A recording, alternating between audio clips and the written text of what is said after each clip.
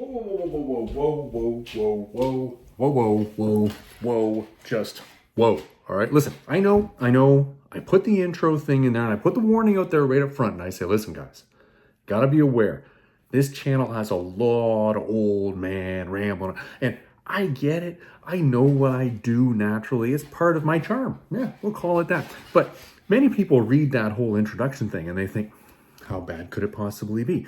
And then they get here and then they discover how bad it actually is. So I'm verbalizing this now for those who didn't read that. I've just started splicing together the video segments in this one. It's 2 hours, all right? Okay, I may have gone overboard on this one, but here's what we're gonna do.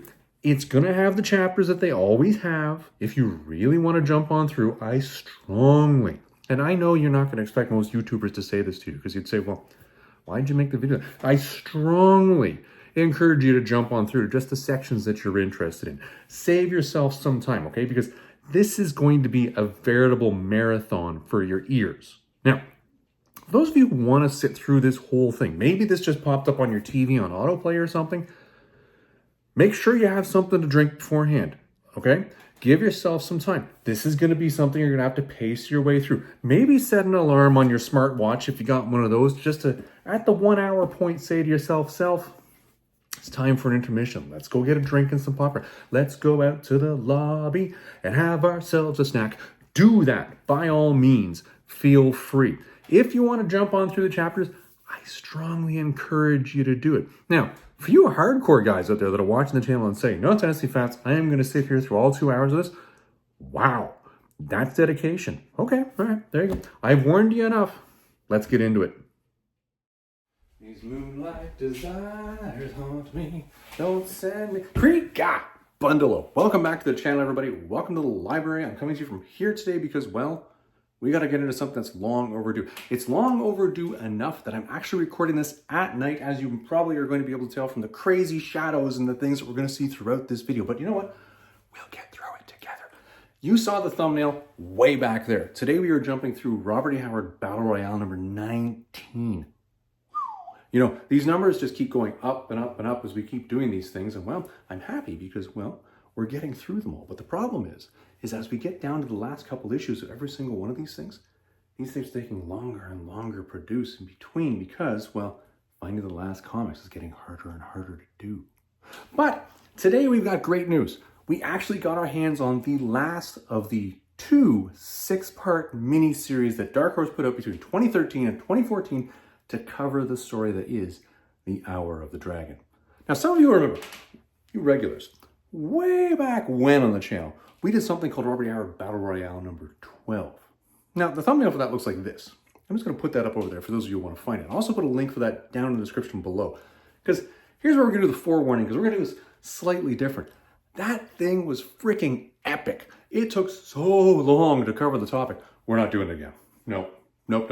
If you want to know what happened in Robert E. Howard's Hour of the Dragon in detail, you click on that first link I'm putting down in the description. The thumbnail looks like this again, okay? This is what you're looking for. That's what you want to watch, because in that, you're going to get over an hour of explanation of what happens in this story. Now, you really got to want to know what's in this story to sit through an hour of me telling you what happens in the story. We're not doing that again today. Go back and check that out. If you really want to, though, as you guys know, we add chapters to all these videos. The next chapter here is going to be a quick couple-minute synopsis of high-level what happens in this story. I'm not going to talk through all the characters. I'm not going to talk through all the activities. I'm just going to give you, here's the high level. And that's all you're going to get. Then we're going to jump into the Marvel Adaptation. Marvel Adaptation going all the way back to, I guess, mid to late 70s. It was in Giant-Sized Conan's number 1, 2, 3, and 4. Finalized up in a snippet piece that was stuck in Savage Sword of Conan number 8. And finally in a complete issue of Savage Sword of Conan number 10. Now, we're not going to go through all of those again. I'm going to put a link, again, down in the description below for part 2 of Battle Royale number 12. The thumbnail looks like this, where we walk through the Marvel version of this. It was long, again, because we had a lot to talk about. If you want to know what happens then, go check it out. what I'll do today again, the chapter that will come after the synopsis of what happens in Hour of the Dragon is going to be, well, here's a brief walkthrough of the Marvel Comics. We're going to go old school on that one. We're going to break out our snap cassettes and Technotronic. We're going to turn the camera around. We're going to look down at the desk, and we're going to look at panels within the books to walk through what actually happened here. The last chapter here is really where we're going to get in the meat potatoes of this video.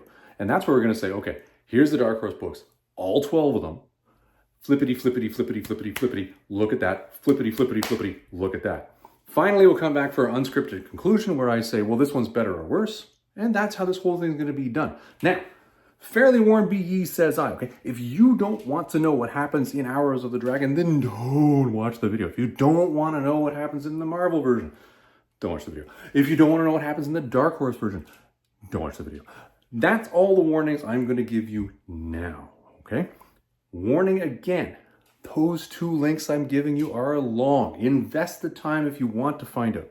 If you just want the synopsis, just jump on through the next chapters. Everybody, without any further ado, let's get into what happened during the Hour of the Dragon. All right, let's get back to this bad boy. We're going to walk all the way around. It's going to take a minute. It's going to take a minute. I got it. Okay, I made it. Okay, we're back to the desk here, and let's take a minute and walk through what is this story. What is the Hour of the Dragon? I'm going to tell you, this is an interesting story in that really, you've taken Conan from, or at least Robert E. Howard did.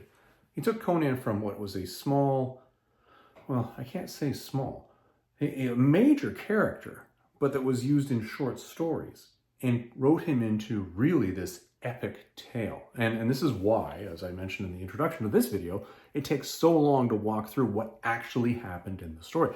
So many things happen in this story. Effectively, the story is one in which Conan loses his throne, which we all know he gained by murdering the prior king, the act of regicide, but legitimizes his claim to the throne through his actions in this very story. Let's walk through how this actually happens here. So effectively, we all know Aquilonia is right here, and Numidia is right here. These two countries do not always get along. Sometimes they're at peace and sometimes they're not. This story basically opens up with 4 flunkies, okay? You got Tarascus, Amalric, Valerius, and Orestes. Orestes being the only one in this one that actually has some sort of a magical type ability. Bringing back Zoltutin, a 3,000-year-old dead mummy from the grave. They bring him back using something called the Heart of Ahriman. Ahriman, there you go, we got it that time. And the idea here is that they're going to use Zoltutin to actually take over the kingdoms that they want, all right? Tarascus is in here, and he's the brother of the king of Numidia, and he wants to take it over, but he needs the current king to get killed to get there. Valerius is the last member of the prior royal family in Aquilonia, and he has a claim, he wants it back. Amalric is this, he's almost like this conniving type count that lives in Numidia that's just manipulating the whole situation and his relationship with Orestes to actually bring all of this to the forefront. And his plan is to actually use all of these people as his pawns. So he's like this puppet king leader guy with these 2 kings underneath him, which is interesting, but it doesn't work out that way. Effectively, at the end of the day, they bring back Zoltutin, not recognizing how powerful he actually is, and the fact that he actually doesn't need this thing called the Heart of Ahriman. And the only reason he always had it was because it was the only thing that could actually stop him from doing it, even though he didn't know how to use it. And he's out there just trying to take over the world. That's a problem, but he's using these 4 flunkies in the process of getting there. And to do so, he declares war, or has them as a puppet kingdom, declare war on Aquilonia. All the Aquilonian soldiers come out, and Zoltutin collapses a mountain on them. That's pretty bad. I mean, if you're an Aquilonian, you're a peasant, you're sitting there and you're like, hold on, I got King Conan here, who so far has been, pretty good. I don't really know about him that much, but, he's been pretty good. But he and 50,000 of his army have just been crushed by a mountain. And we've got this other country coming in with this guy who was tied to the old king. Maybe we'll just accept him because, at least we're not going to go back to this feudal warring states sort of scenario. So they effectively renounce King Conan very quickly, much to Conan's chagrin, and move into the new status quo. As horrible as that is, but I can tell you, Valerius, he is a grade A ass. And I don't mean just a little bit of an ass, I'm talking about a whopping ass. And, well, it's not going too good for the peasants. Well, Conan does actually survive. I won't tell you how. If you want to know, go watch that video that's linked down there in the description. He makes it out of this whole mess and ends up meeting up with, Zalata, who's a witch who hangs around with a wolf.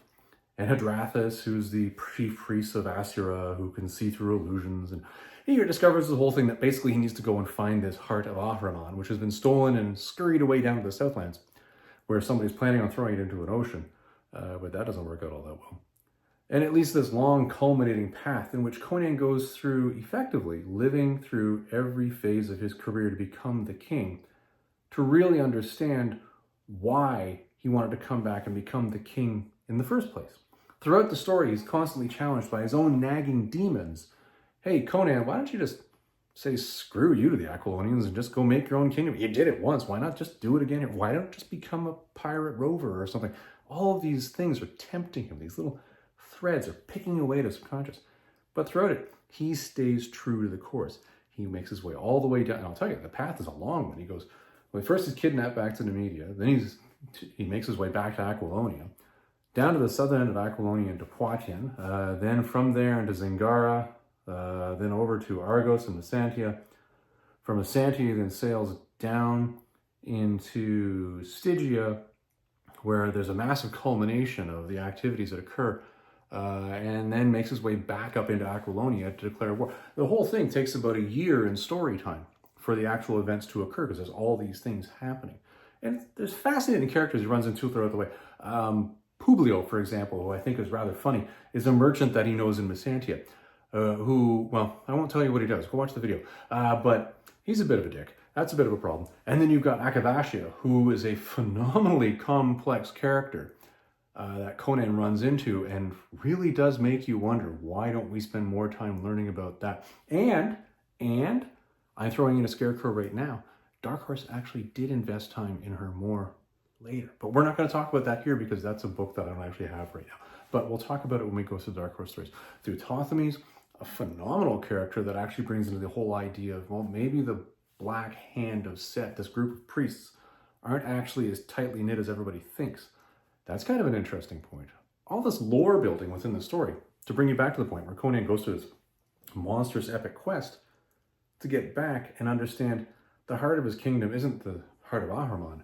It's more so the heart of why he wants to have his kingdom. To get his serfs, his peasants, the people who are going to work underneath him, to understand why he's their king, because he's actually not putting them underneath him. He's serving them, which is a phenomenal way to turn the whole thing upside down, but it's what his actual mind goes to at the end of the day. I'm coming back because I have a responsibility to my people. A phenomenal growth point for Conan as a king, to go from the point where he's kind of, these people, to the point where, no, these people, how can I help? It's really a phenomenal thing. So there you go. There's your quick synopsis of the story and what actually happens within it. Now, let's turn the camera around. Now we're going to go to the old school point. Now, I'm going to throw out the warnings right now. Time is going to pass all sorts of weird between these segments, because I got to tell you, this thing is so epic. Well, it's going to take me a couple days to film. So we're going to be jumping around here as we go, but we'll get there at the end. Just watch the outfit changes. They should be entertaining. All right, let's do our quick discussion of the Marvel adaptation on this one. Now, as I mentioned in the intro, this is a long story and a long comic adaptation. I could go through this thing page by page like we normally do in Robert A. Howard Battle Royales, but I don't really see why I do that. If you want to know what happens page by page, click on the link in the description. In there, you're going to find, get that lint out of the way. There's another piece of lint. You see, this is what happens when I start moving books around over here. Lint ends up on the completely clean, moot point, moving on. If you're interested in that, link is down in the description below, and you'll see the hour-long description of what happens page by page in that. But because it is such a large piece, we're not going to go through that today. We're just going to go high level and walk through how this was presented, and I'll summarize some of the key points that came out of this so that when we come back in the conclusion later, you'll actually have the context to know what I'm talking about. If you want to know specifically, that link in the description that I showed, here, the thumbnail, if you're on my homepage, looks like that, okay? That's it, okay? Find that, watch that. It's part 2 of Battle Royale number 12, okay? All right, how was this published? It was published in a 4-parter, okay? It spanned across Giant-Sized Conan number 1, 2, 3, and 4. These are my reader copies, by the way, which is why they're red. And then it finalizes over here in a small vignette piece in issue number 8 of Savage Sword. I don't know why it switched out of Giant Size. There must have been a reason. And then a full issue of Savage Sword number 10. And by the way, in case anybody's wondering, this is by far the greatest Conan cover ever. Just look at that. Just just marvel at the Conanedness of it. Conanedness, yes, I just made up the word Conanedness. It applies to this cover. Wow. All right, here's the deal. What happens in this story is it basically does follow exactly along. And this really shouldn't surprise any of us, because this was written by Roy Thomas. All right? Roy Thomas, as we know, knows comics, and he knows Conan. So we expect this should follow the overall story, because, well, Roy's the guy when it came to Marvel Conan. It just, as far as writers go, back in the day, this was his baby. So I get it. But there are some weird nuances that occur within this story. And it's a strange thing. The story overall does follow. And what you're going to find is, okay, issue 1, for example, is where the overall battles between the Nemedians and the Aquilonians occur at the beginning. There's very subtle differences between this and the written piece. In that, and I mean really subtle. Like, when Conan's in his tent and the thing grabs onto his arm, like, I got your arm, and he's all bruised. Oh, my arm is bruised. And then he passes. Well, he doesn't pass out. He falls on the ground and can't move. In the prose piece, that was a demon summoned from the outer planes by Zoltutin. Ooh, a demon. Ooh, very scary. In this particular piece, it's Zoltutin himself. And that's kind of a little subtle thing there. Weird. When Zoltutin, for example, is brought back from the dead, and we know they use the Heart of Ahriman. The 4 flunkies do that. And he then says, well, I want to see this king that you guys are having such a big issue with. In the prose piece, he looks at a viewing mirror that Orestes already owns. And there's a comment that Orestes is like, I'm proud that this powerful sorcerer recognizes the work that I've done in creating this mirror. And they use the mirror to see Conan. And a whole dialogue occurs. In this one, however, it's through fog. And as I say, these are minor things, and I get it. I think they probably do a fair amount more to actually sell the comic, but they do differ from the Robert E. Howard piece, and that's issue 1. Issue 2. This one, another very faithful piece. I actually think this is one of the most faithful pieces within the overall 6 issue segmented piece. Chapters, let's call it that, okay? This is probably the most appropriate one. It follows along directly.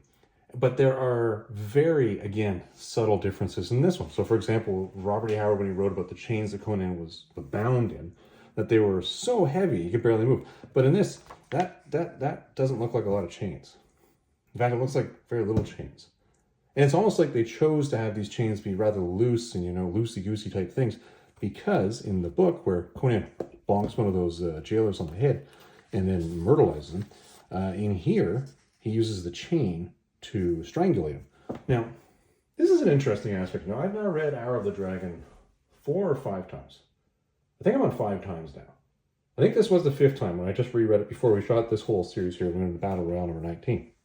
And I believe, and this is an interesting thing, I never caught this before, I think Zenobia, when she's talking to Conan, actually lets slip that this guy doesn't die.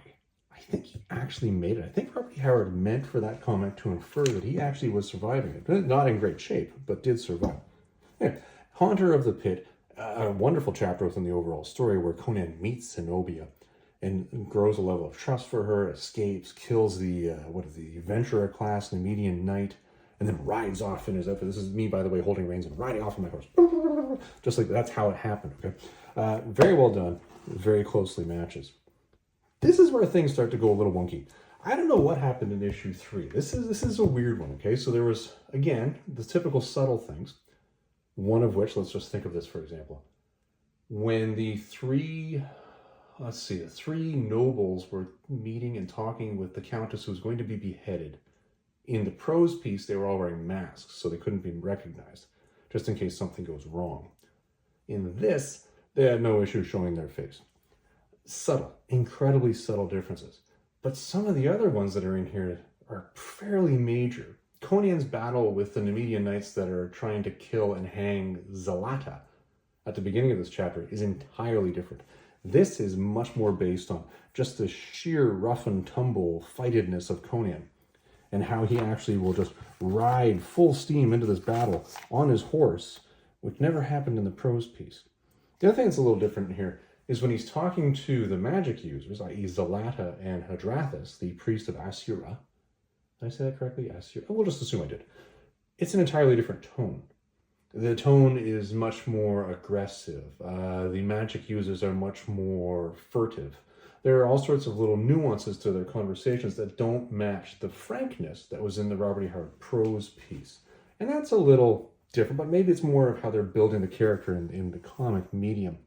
The one thing in here that really jumped, though, was this priest of Asira, who's supposed to be able to see through all illusions, decides they're going to put Conan, to make sure he's actually the king that they think he is, through this test of battle, this trial by battle, which makes no sense. These are guys that are priests of knowledge. If they recognize Conan up front, because they can see through illusions, and then they say, well, we're going to trust you, we're going to fight you, or fight with you, and help you, why would they have done this? Again, I think it comes back to the whole business of comics as opposed to the story of comics. The story of comics would follow the Robert E. Howard piece, but you got to throw some action in here. Conan's got to have some conflict per issue, and this, I guess, was it. I guess, fighting his way through the Iron Tower and killing off the nobility and all the other things, and the Median Knights at the beginning wasn't enough. But they decided they were going to add in more. This one, I think, does differ the most out of the 6 chapters that we're going to use. We're going to use the word chapters loosely here. Number 4. I like this one. I'm not going to lie. I really do like this one because this one's unique. It covers a lot of the prose piece, summarizing it down phenomenally well. It doesn't add too much, and it does follow the actual story very succinctly. Conan and the Countess are riding down the river on the death barge. They get into Poitiers. Conan finds out that the heart of Ahriman is actually heading south with the thief. Oh, but the thief got murdered, so now it's going to go with another merchant guy. Oh, and he's probably going to go right through Zingara, even though he knows that's a bad route because he's ballsy. And then running into Count Valbroso, the whole thing with the merchant and the death box. It's all in here. It's all summarized incredibly well. And I don't really need to go into this one in too much detail because this chapter is really well done. And it ends with Conan unconscious on the beach, which we know happens after he's beset upon by the rogues that Publio has hired to basically kill him. But he's not dead. And I don't think I'm spoiling anything there because we all know he doesn't die in this. Otherwise, why would there be the 2 other chapters? Doesn't make sense. Different thing in here. One thing in here that also does not make sense. That trial by combat thing that we saw over here. You remember this one? This right here? They did it again here. That Count Valbroso guy says, well, you might be a member of the Red Brotherhood, but you have a barbarian accent, and I think barbarians are jerks. So prove yourself in battle. And then he has 2 of his guys attack Conan, which is just stupid. I don't get it. And then at the end it was, okay, barbarian, you've proven your point. You can slaughter my men quite easily. But you didn't. You held off, and you didn't kill them. I appreciate that. So let's just accept you and bring you on board here. Yeah, again, subtle, but it's that business of the comics, I think, interfering with the story of the comics. Now, these 2, I do not have reader editions of these, so we're going to break out the old trade paperback here. Now, we're going to just flip through. We're going to recognize this story when I thumb past it instantaneously. And you'll know why when you see it. There it is. Corsairs against Stygia. This is the part 5, which was in Savage Sword Conan number 8, which is that one right there. This chapter is the most truthful chapter to the Robert E. Howard prose piece, period. There's no ad-libbing. There is no trial by combat. None of that noise. This story is simply one wherein Conan wakes up on this barge. The captain thinks, oh great, I've got a new rower.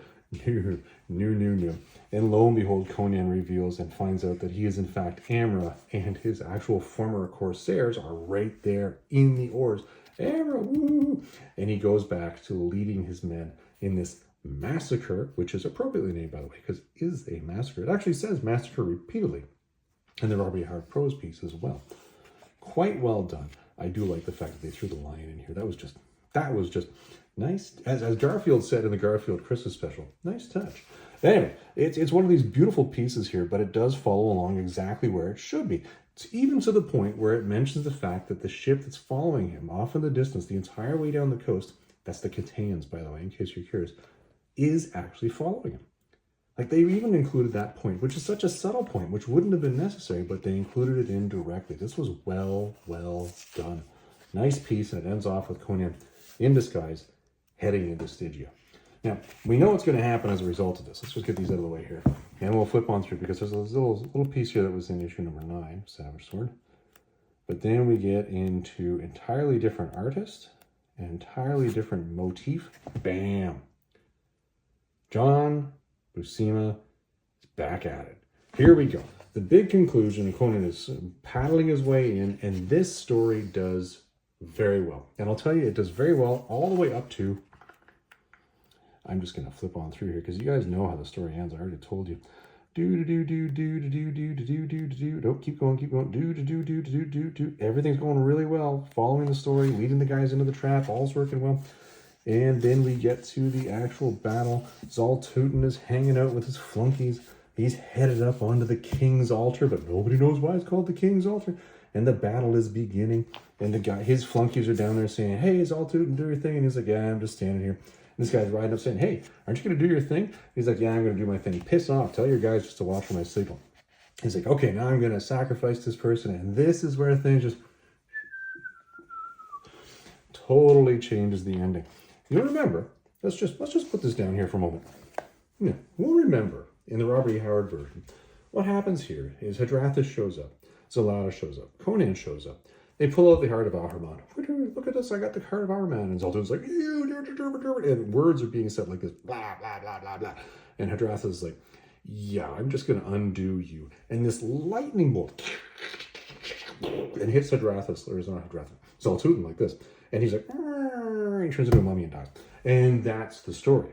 And that bright flash is what lets his own people know, hey, I think that's our signal to attack. It was not the signal to attack. That was the signal that they're going to die.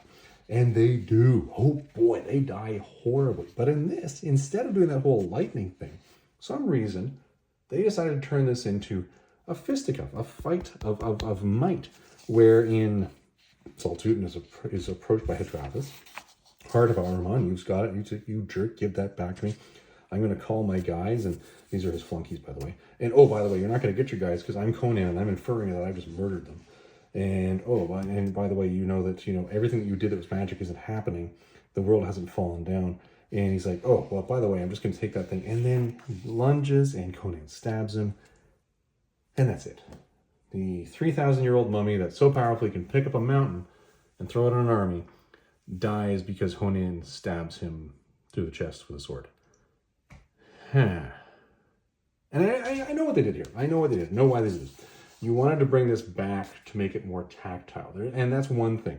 Another thing is you wanted to bring this back and show that a human being, Conan, had the might to solve this massive magical problem, showing the little guy beating the giant monster thing, right? Granted, this guy didn't have the heart of Ahriman. Not that he would have used it in the first place, but it was that sort of level of bringing it down to the point where Conan could do his job. Then he rides down into battle and slaughters a bunch of people, just like we expected. And at the end says, "I'm going to make Zenobia queen of Aquilonia." Now, another aspect, though, that I wanted to bring back here that talks to a bit of a morality play that I think Marvel did intentionally here. And it has to do with this trap. And this is very subtle. I never caught this until I reread this again this time. This guy. Now, this is quite interesting. This is the guy who's the martyr. This is the guy who went down and got the puppet king of Aquilonia to follow him into the mountains so that he could have all of the people who have been basically mistreated by this guy while he was in power slaughter him and 5,000 of his men, knowing very well that he's going to die. He's never named in the written story. Here, they draw him back that he's the Lord of Amelius, when you slew my sons and raped my daughters. And I believe this is a morality play. In Robert E. Howard's piece, this was a nameless guy. And granted, he said, listen, you slaughtered my sons, you took all of my assets, all this sorts of stuff. And we got that. But he never named himself. Now, I haven't checked this yet. I'm thinking the Lord of Amelius may in fact be that first lord when Conan was riding back into Aquilonia from the Media. And he saw one of the actual people's, one of the estates of the counts that were loyal to him, burnt to the ground. And he was talking to Servius. Servius mentioned, "Oh yeah, you saw that guy's thing was all burnt to the ground over there because he didn't, buckle into the new king, right?" I think this is that guy's name. I have to double check that. And this could be because, Marvel needs to show that, the little guy gets his comeuppance. And he is able to come back and lead to the death of this, horrible, horrible puppet king. But again, not in the Robert E. Howard piece, but it's a nice touch. It just leaves you with, Does it need to be there? I don't get it. Yeah, very subtle differences. Okay, last thing we talked about. We've gone through the whole story here. We talked about how it's overall follows, but little subtle differences. Here's my other issue with this. And I'll say this as an issue. And I'm going to stack these this way. Okay? Now, does anybody know what the key difference is between these 5 parts and this part of the story are? I'm going to give you a minute to think on this one. Let's just stare off into space over here. Yeah, this is me staring off into space. You can't see it because, you know, the camera's pointed that way. But I'm waiting for you to answer. I'm assuming you've answered by this point in time, because the thing with YouTube is I can't actually hear you. You might be like me where you yell at the television, even knowing it's not going to respond, but again, I can't hear you. This is all Gil Kane art. This is John Buscema art. I made this comment when we did Battle Royale number 12, and rereading this again, it became more obvious to me this time than it even was last time. I like Gil Kane art. I do. I think Gil Kane does a wonderful piece, really in the superhero genre. I actually like Gil Kane, and when I picture his art, I picture it more in sci-fi piece than I do in superheroes. But, here he's done this. And I know what he's done here is he's tried to go gritty.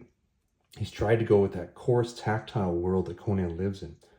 But his art style, to me, just doesn't match. It doesn't fit the actual arts and what I would expect in a Swords and Sorcery story.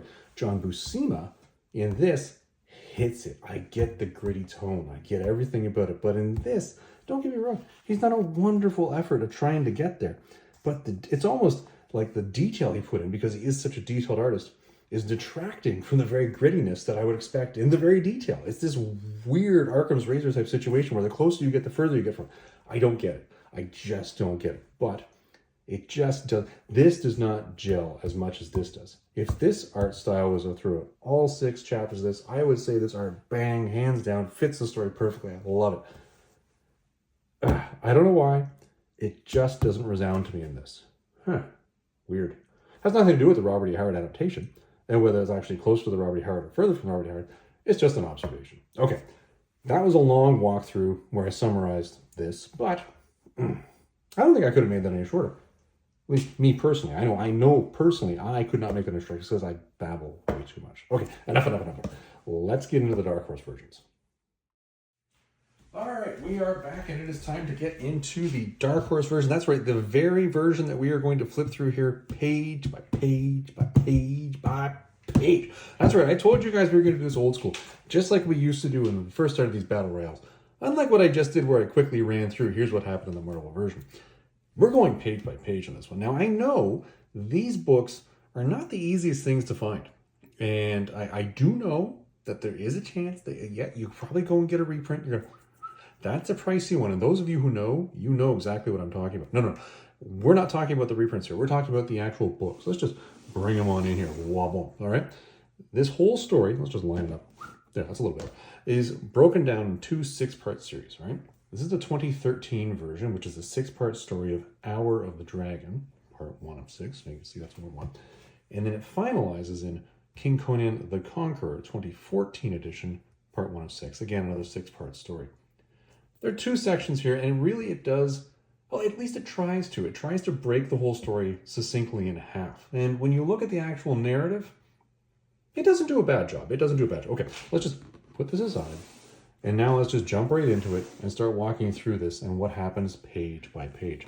Shooting this one in the whole 4K with 60 frames a second. For those of you who want to slow this whole thing down and get any shots and read your way through line by line, feel free. I won't be lining by lining on this thing. But let's walk through here, and as we go, I'll point out some of the small differences that I noticed in this one when I was going through it. All right, nice image here. Big mummy in the background, King Conan. You get it. Now, what I like that Dark Horse did, and they really did a good job of this, was this right here.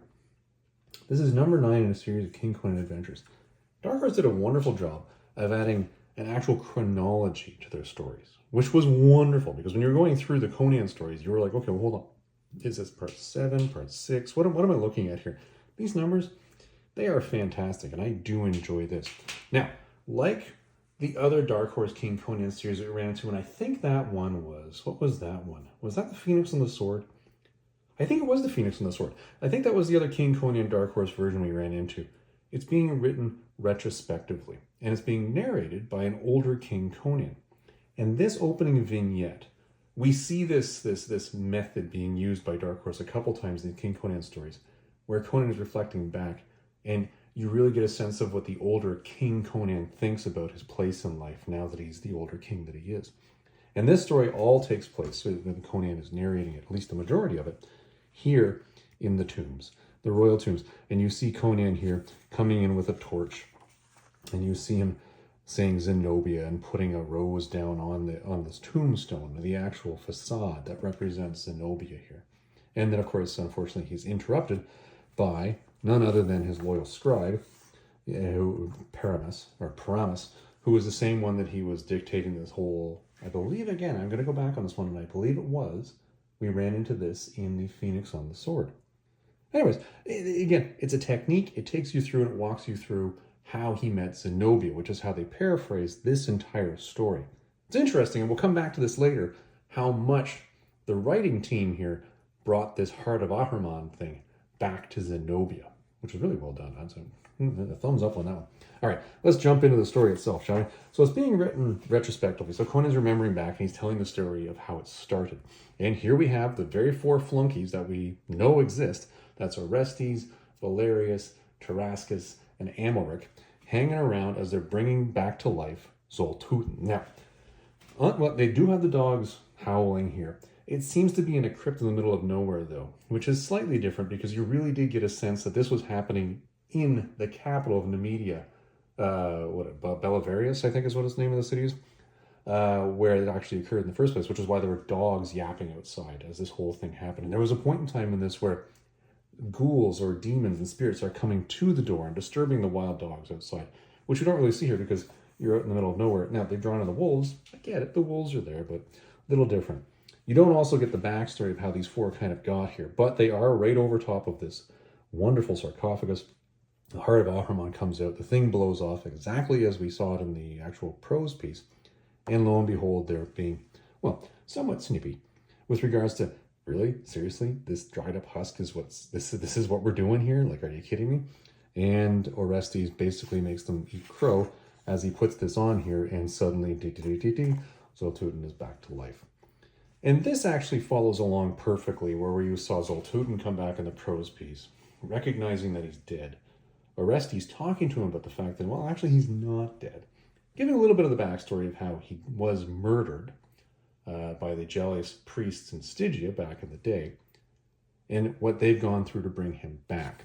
And again, we go through a conversation of 3,000 years has passed. Again, that is something that we know Zoltuten has an issue with. And he asks, why? Why am I here? What is going on? What have you brought me back for? And they just say, listen, here's the deal. Here's this guy, that guy, that guy. You got the four flunkies being introduced. Here's what we want. And Zoltuten says, well, I would see this king that's such a problem for you, and conjures up an image through the clouds, through the shadows of Conan himself. And yes, this man is from Samaria. This is no Hyborian. Yes, a Sumerian, you say, I fought his ancestors of old. Yes, he remembers this. Not even the kings of Acheron could conquer them. And this is, again, an exact quote going back to the story. And you get a sense that we're actually going to be following the story. This intro, despite the fact that you have the little squiffle there about the fact that, it's not in the city, you're getting a sense we're going in the right direction here. And the very things that we know happen, which is the Black Death coming up from the south, strickens the city. People are dying. The old king dies. New king is brought in place in Numidia, and we knew that was part of the plan. Tarascus is in there running the joint. Immediately declares war on Aquilonia because they got to get Valerius up to the crown in there. And we know this thing is going to move on exactly the way it was supposed to. We cut scene now, just like it does in the prose piece, to Conan on his tent, or in his tent, not on his tent, having dreams, nightmares. His loyal minions from tearing in. There's two of them here. That's interesting. And he explains, well, this is what happened to me. Note how much this guy looks like him. Bear that in mind. Heavy conversation about the crown. If I'd known that it was going to be this much of a pain in the ass, would I have really taken it? Conversations about wizards and people sinning. And again, the same logic that you saw in the prose piece is working its way through the dialogue here perfectly. And they hear the horns. Battle's beginning. Get out of here, and I'll meet you guys in a minute when I get my armor. And bam! This beautiful picture right here. Now, this is Thoth-Amon, all right, appearing. We know he's a priest of Acheron. Snakes all over the place. Conan obviously not going to be having the big yell there. And they come back inside to find smoke just oozing off of him, and he can't move. And they're like, well, what do we do here? Well, you know what? Guy who looks a whole lot like Conan, it's convenient that you're here because I got a plan. And the plan is, yeah, you get this armor on, you get your ass out there and do your thing. And I love this. Bring me to Raska's head, lad. I'll make you a damned baron. Exact same line that we saw Conan say in the Marvel adaptation, in the Blaze adaptation, in the Prose piece. Following beautifully. The story continues along with the attack. We know the attack is going to happen where they're fighting. The men are falling back, and Thoth-Amon says, well, you know what we're going to do here? Since they're by this giant mountain, why don't we throw a mountain on them? And they do.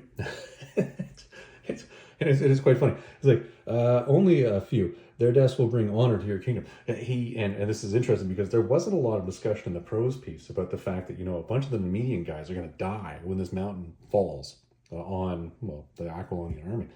Nobody brought that up. It's brought up here quite well, and Thoth-Amon just sort of chuckles the whole thing off as he blasts this beam forward and brings the whole thing down and crushes everybody while they're all dead. And then, of course, what's going to happen next? They need to go mop up the rest of the guys who are left in the Aquilonian camp, and Conan manages to fight his way back up, picks up his sword, and says, let them come. Interesting. A couple subtle differences. Right here where you see him getting up and picking up his sword, that's a subtle difference. That we didn't see coming. That's not necessarily what we saw in the Prose piece. All right, so over here. Let's get into part 2 here. There's no sense in dilly-dallying as we're running through. This is going to be long enough as it is. Eye of the Dragon part 2. Here we have Zenobia. Here you have Conan in chains. You see this hand lurching down. I'm thinking we're going to go with the Haunter of the Pits in this one. And older Conan prefacing, this is what we're doing. You got to do that in between issues. And the Median army is storming into the Aquilonian camp and just slaughtering everybody that's left. It's not going well when suddenly an arrow comes shooting on Conan's tent and kills the guy right beside this guy. Now, this is interesting because I'll tell you, what's interesting in particular about this, because I believe there's a Tarascus, I believe, is this shot is exactly what you saw in the Prose piece. But we didn't see it in a bunch of other places. We didn't see this arrow coming out. And that arrow was Conan's first shot because he wasn't strong enough when he first got up to actually grab his sword. And he was wavering as he was drawing the bow. And he actually cursed himself that his hand wasn't steady enough because he would have killed Tarascus with the shot instead of the guy beside him. Anyways, he muffs the shot. That's the bottom line. And decides, well, bring it on. And they do attack. And this battle here where they attack him and the scribe with the badonking right here, this badonking, exactly as we saw in the Robert E. Howard piece. So Thoth-Amon comes riding up, says, no. I want this guy alive, thank you very much. You are not just going to stand back and shoot him with arrows. Be careful and watch what we're going to do here, Barbarian. And he blasts him with these energies. And very much so of more of an Eldritch type attack. It's not like what you saw in the Prose piece or in the other versions where he literally threw a crystal ball at him and when Conan hit it with a sword and it burst and suddenly he was down. No, this is like, I'm holding this magic thing and I'm blasting you with it. And that's just, and I still have the magic thing when I'm done. It's not like me throwing a crystal orb and then it's gone. This is me reusing the same thing time and time again. Maybe they're trying to beef up the strength of Thoth-Amon here. I don't know. Maybe that's what they're going for here. And they're saying, well, why are you taking him alive? And they decide to say, well, Thoth-Amon decides to set an example of this guy and says, well, why are you wearing a snake instead of a belt? And he looks down and the snake bites him and everybody looks and sees it as a belt biting him. And then he says, well, perhaps your men aren't going to tell any secrets now. Really just killing him to be a dick. Really? Not quite. Not. Okay, all right, he's a bad guy. So I'm going to give you that. A little different, but we'll take it. And why are we spraying this rain? I have no idea. Conan wakes up and he is now in the capital of Numidia and he's in a prison cell immediately. That's different. That's a lot different. No conversation with Thoth-Amon in his quarters. He's not on a divan or a sofa or whatever the hell it was when he was all wrapped up in chains. He's just here. And Thoth-Amon's like, well, this is what we're going to do with you. And he's like, nah, I don't think that's going to happen. And you can go to hell. And by the way, your men think you died in Valkia. And he's like, yeah, whatever. And he's like, no, seriously. They think you're dead. Work for me. And he's like, nah, I don't think I will. And he blasts him again, and down he goes. And says, well, you're either going to work with me or you're going to work with me in pain. Which one do you want to be here? You think about it while I wander away. And leaves him in prison. And this guy comes over, who's a non-character, doesn't really have a purpose, just to mouth off at Conan, just to spit on him so that he can get brained. This braining is a wonderful braining, by the way. This braining is this is the braining I would expect when I was reading the actual prose piece, where I thought this guy originally died. But I don't think he's going to survive this. You know, when half your face is gone, your eyeballs shoot out, that's kind of tough to walk away from. He might die in this. Anyway, that guy's dead. Conan sits back wondering about it, and there's the thought process of, well, why are these things broken the long way? Was somebody stuck down here long enough that they were literally harvesting this guy's marrow? Only people do that. That's kind of weird. Huh. And as he's mulling about this, Zenobia appears. This is the entrance of Zenobia. Now, this is... Okay, bear in mind, something should have happened here before Zenobia appeared. This is where things are going to start going a little... Not bad. Story-wise, it still flows, but a little sideways here, okay? Zenobia appears, says, okay, here's the deal. I'm here to help you. And Conan's instantly smitten with her. Why wouldn't he be? I mean, look at her. And she says, okay, listen, I got these keys. I'm going to get you out. And he's not really trusting of her, which is smart for Conan. And she says, I can get you out of here. Here's a dagger and everything. But we got to go through this way because I couldn't get the keys the other way. And he's like, what? He's like, yeah, we got to go this way. See, here's the dagger. Take this. And we'll go this way. And we'll get out of here. And then we'll both be gone and everything will be fine. And Conan's like, man, I don't really trust you. Why are we going this way? This is different than the way we came in. This is kind of... And she's like, no, trust me. Go this way. We go through these things, up the stairway, and we're out of here. And Conan's like, wait a minute. All these bones are broken the same way as the other ones. So what you're seeing here now is instead of Conan having to go through this back door, the back door, which, by the way, was the trap set by Tarascus initially, because of he knew the haunter from the crypts was down there. In this case, they're purposely going through it. Zenobia's with them. So Zenobia is now in this back area where legitimately they will be attacked. And lo and behold, as we see in this panel, they are attacked by that. Now, this is fascinating. And I'm going to give this 2 points right now. Art-wise and story-wise, this is a lot of fun. Because this is one of these giant gray apes of the inner sea. The inland sea, the Vayat Sea. This is a guy that Conan knows. Conan knows these things are trouble. Now, in the prose piece, let's remember what happened.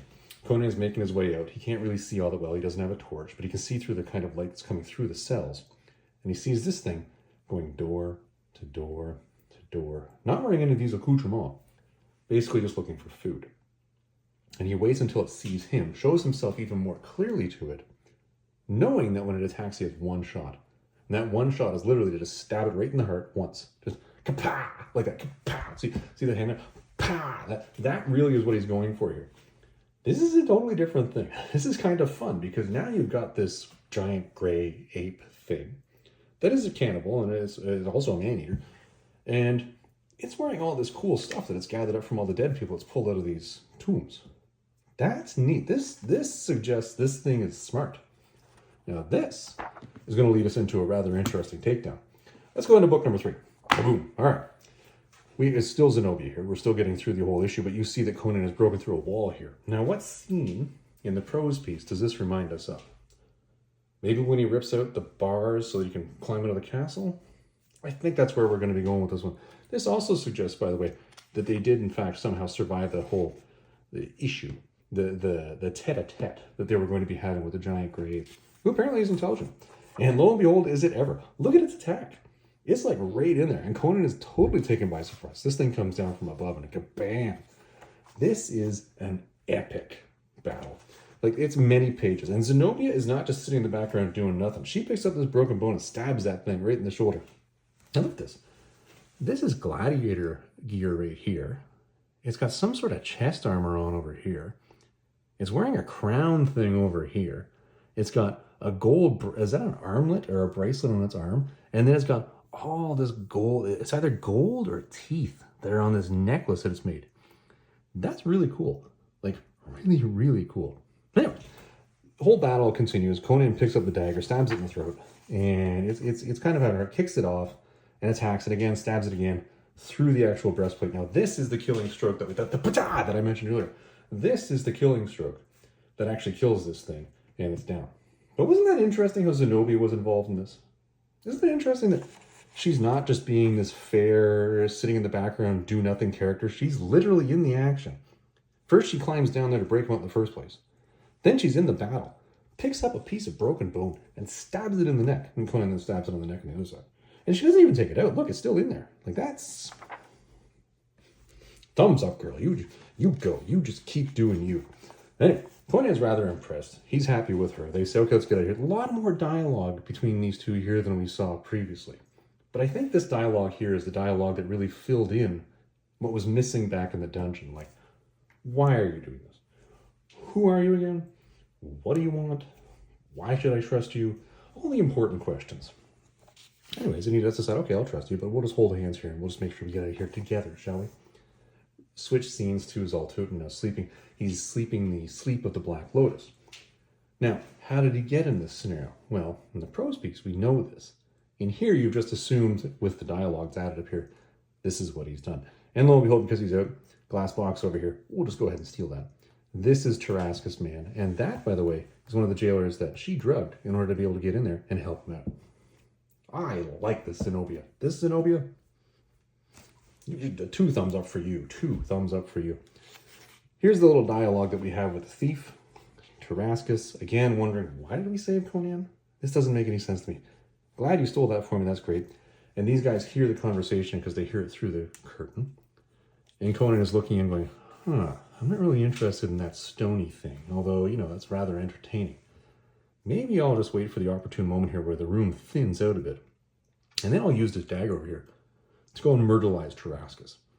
I like what he's thinking here. This is good. A little different, very different, because in this case, you see it's Zenobia and Conan together in this little enclave covered by this curtain that overhears the conversation.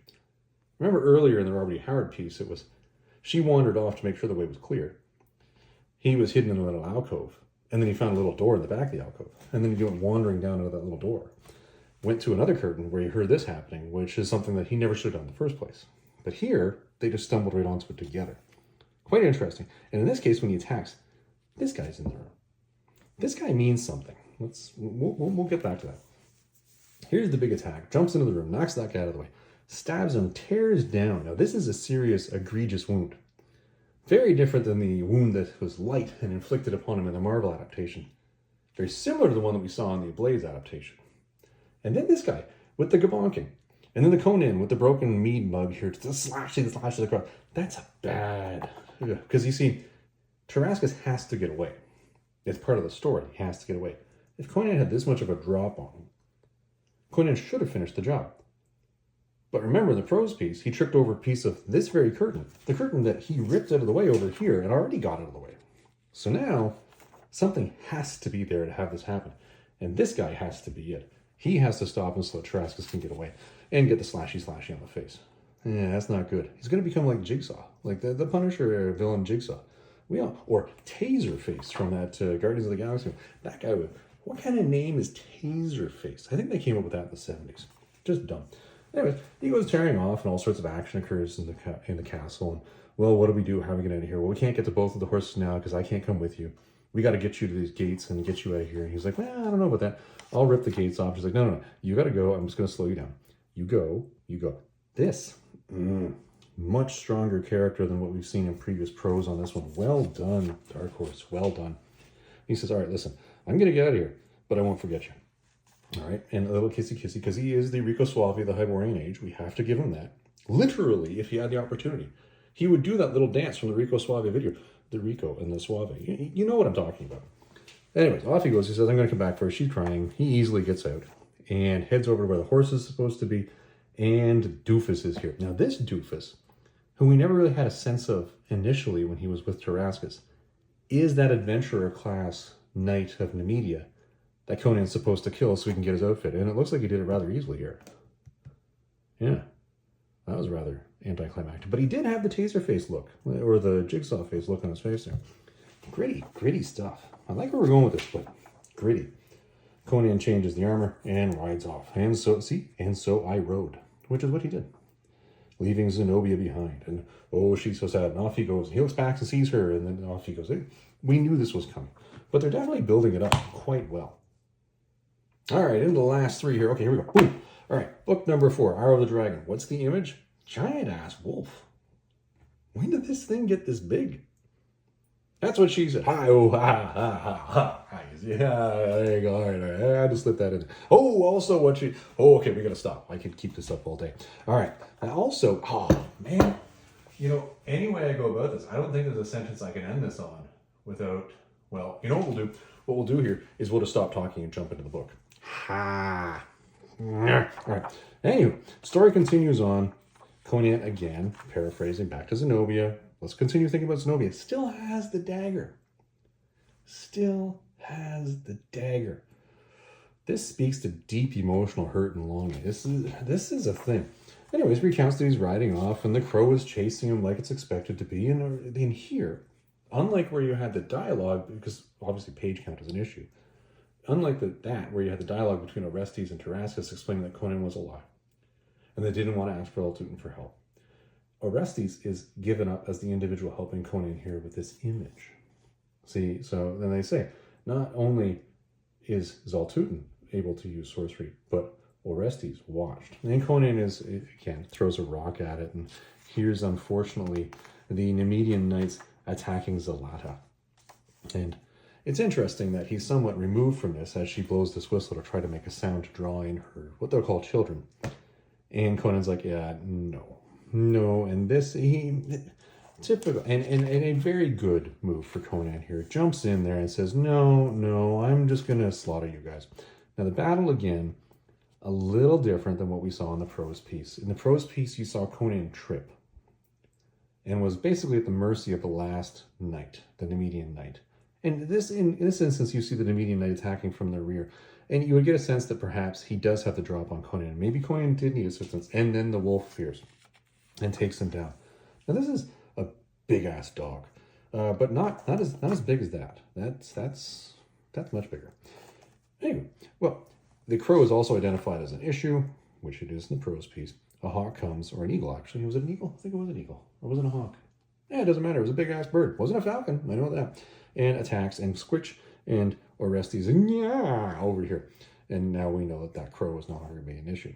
She leads Conan off after having a brief conversation and has a beautiful discourse here. The discourse, and this is something I'm going to give Dark Horse a lot of mad props for. When they did this discourse with Zalata, and when they did the same thing later in the story that you're going to see with, what the heck was that guy's name again? The chief priest of Asir, starts with an H. Oh, for pity's sake. See, this is the issue with old. We'll get to it when we get there, okay? But the bottom line is, this whole dialogue with Conan and these magic users is so much elevated in the Dark Horse versions. They really do pay attention to this. And Conan is shown the overall images that he needed to see, including the fact that this green sarcophagus was stolen, that this guy was in it, that this was the heart of Ahriman, and unfortunately that this doofus is now the king over his own kingdom. Quite interesting. And he then is told to go to sleep, which he does. And he awakens with the wolf there. It's covered in blood. And he says, you have to go and find the heart of your kingdom. And see, look at the blood on the wolf. He's like, all right, fine, I'll go. And they cutscene a fair amount to the point where he goes straight to meeting with Servius. Much less of the dialogue of the discourse of the ride between Zalata and Servius's place. And the Servius conversation is quite quick. There's a lot less of the back and forth doubt that Conan got from Servius the first time. You saw a fair amount of back and forth because Conan really did need to hear Servius's speech. He needed to hear, you can't just ride in here and do this. You gotta understand, you're dead. And you're dead because of magic. And you can't overcome magic. And people aren't going to be able on your side for this because they're just going to say, well, what else magic is going to come and squash you? And Conan's like, fine. Maybe something else needs to be done here. And then she mentions the fact that Countess Albiona, I keep struggling with that word, is to be beheaded. He's like, no. All right, forget the kingdom. Here's what we're going to do. I'm going to ride in there tonight, and I'm going to murder everybody. A little different, but I'll take it. Not a bad issue. All right, second last issue of the first arc, the first part of Hour of the Dragon. Here we have Conan. Let's look at the image here. Well, he's got a dagger, and he seems to be rather barbaric here, and he's got some chains on his wrists. I'm going to guess that this is Countess Albiona, And this is a bunch of people who just beaten the tar out of. All right. This could be a little different, but at least that's what I'm getting out of this cover image. And Conan continues the story as old Conan of walking into town because the Nemedian soldiers were just basically looking for young ladies to fondle and people to take money from. And unfortunately, he is witnessed here. He's noticed by a follower of Asyar, which I think is fascinating because nobody ever describes in the prose piece or in any other piece of work what this individual that spotted him was. It's a person in the crowd. Conan senses him. It's this overweight, overage, past middle-aged butcher dude. That is amazing. And good on you. Good on your Dark Horse for really changing it up here. Because who says it has to be some, lithe 20-year-old in the prime of his life, yada, yada. No. Old, crazy-haired. Look at that mustache. Butcher. You go, follower of Asyar. Hadrathis, that's the guy's name. Yeah, I knew I did it eventually. Anyway, he goes tearing off, closes up shop because he's got to go tell Hadrathis that Conan's back in town. And Conan says, yeah, well, she's in here, but I'm going to go in here because nobody else knows about this. And finds the fancy little secret opening door to click it open, which is different because it actually was a key. Well, no, it was a padlock that was a fake padlock. So I guess I'll give you that. That matches. And he makes his way down to the catacombs in the armor that he got from Servius to go on, basically rescue Countess Albiona, not Abalonia. Why do I think it's Abalonia for some reason? That's weird. Where did I even get that word? Moot point. Moving on. And here's the three guys once again saying, listen, if you're just gonna, with the new king and the then you'll live. And she's like, no, I don't think I will. And he's like, all right, fine. Well, we're gonna murder you then. And Conan comes storming in out of nowhere. Now this, different, okay? Conan was supposed to, because I'm guessing this guy down here, this one here, I'm assuming this is the dead executioner, and that's the executioner's axe. But Conan didn't put on his robe or anything. They didn't really explain how he killed him. It doesn't matter. Albiona is happy that he's back.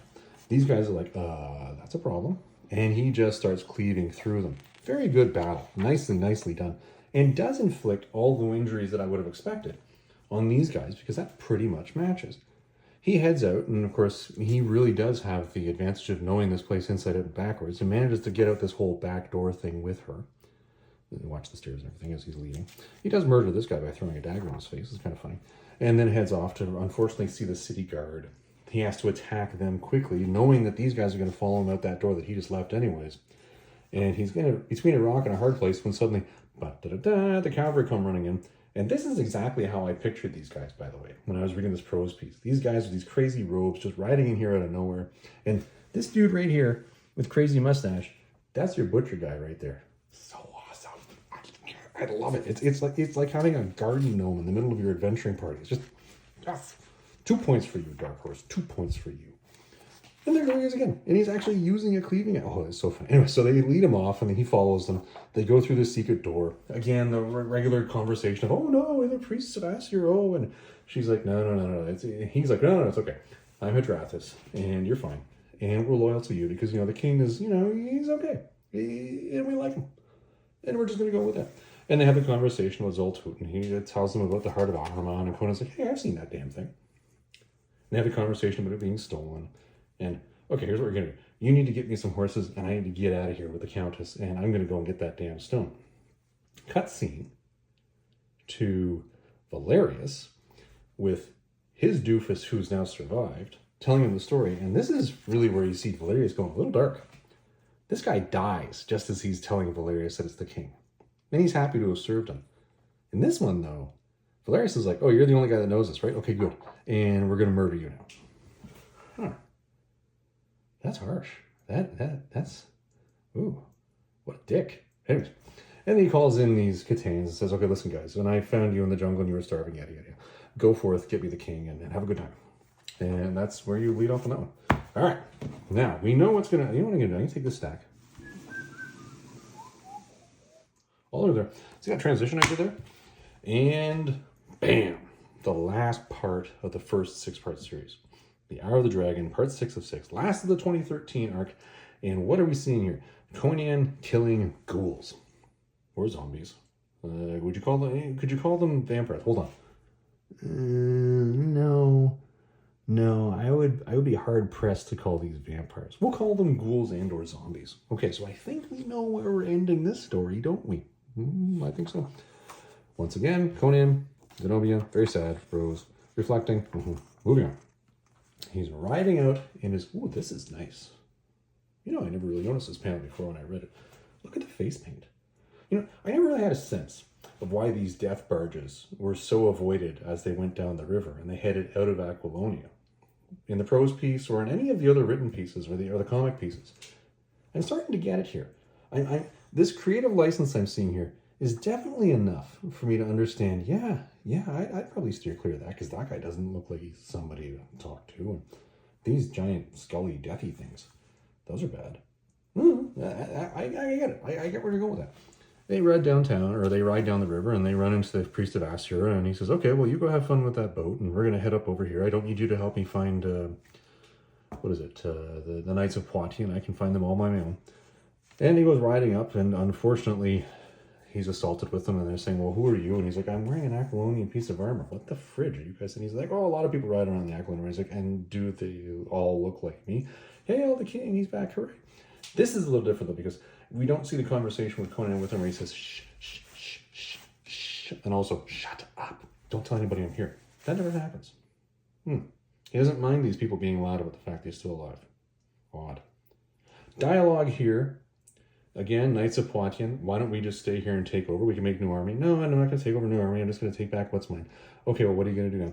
Well, I'm going to go and I'm going to get this Heart of Ahriman. Man, you're never going to find it. And a priest of Asura shows up. And this is really, it's interesting because you really get a sense of the fact that nobody really trusts these poor priests of Asura because they think he's a spy right off the bat. Fascinating. Conan's like, no. Look at him. He's obviously one of the guys. He's with me. And they give him the good news of, oh, by the way, that guy was killed, he sold it to Zarathus. That's right, he didn't kill it, he sold it to Zarathus. And Zarathus, unfortunately, is heading south to, actually he was killed. Wasn't he killed? I don't know. Zarathus ends up with the darn thing and is heading south. And Conan's like, yes, I know that guy. He's a dick. I know exactly what he's going to do. So he says, give me some clothes that look like I'm part of the Red Brotherhood. I'm going to ride on south. I'm going to head right into, where was he going? Zingara, that's where he was going. And I'm going to find this guy and he'll be fine. And they're like, you probably shouldn't do that. And he's like, yeah, shut up. I'm doing it anyways. I'm the king. Do whatever the hell I want. And off he goes. And he rides along, seeing all the destruction, runs into Zarathus's destroyed caravan, recognizing, yeah, exactly what I thought was going to happen. That means Valbroso has him. And he goes riding along and rides up to Valbroso, to his little castle here. See this little castle keep thing here? And I say little because it's so small by compared to Conan's really cool stuff back in Aquilonia. Anyway, he says, all right, I'm going to work for you. And he's like, yeah, you got to see if you're worth your salt. Again, the trial by combat. Not getting it. You got to sell pages. You got to sell action. I get it. But this, not a big fan. I mean, if you really want to see a lot of trial by combat, you watch that, what was that stupid movie? The Last Duel. There's a great example of trial by combat went completely wrong. And all the implications of how it went completely wrong. You really got to look way under the surface to understand what the wrong is there. It doesn't matter. All right, I'm going way outside.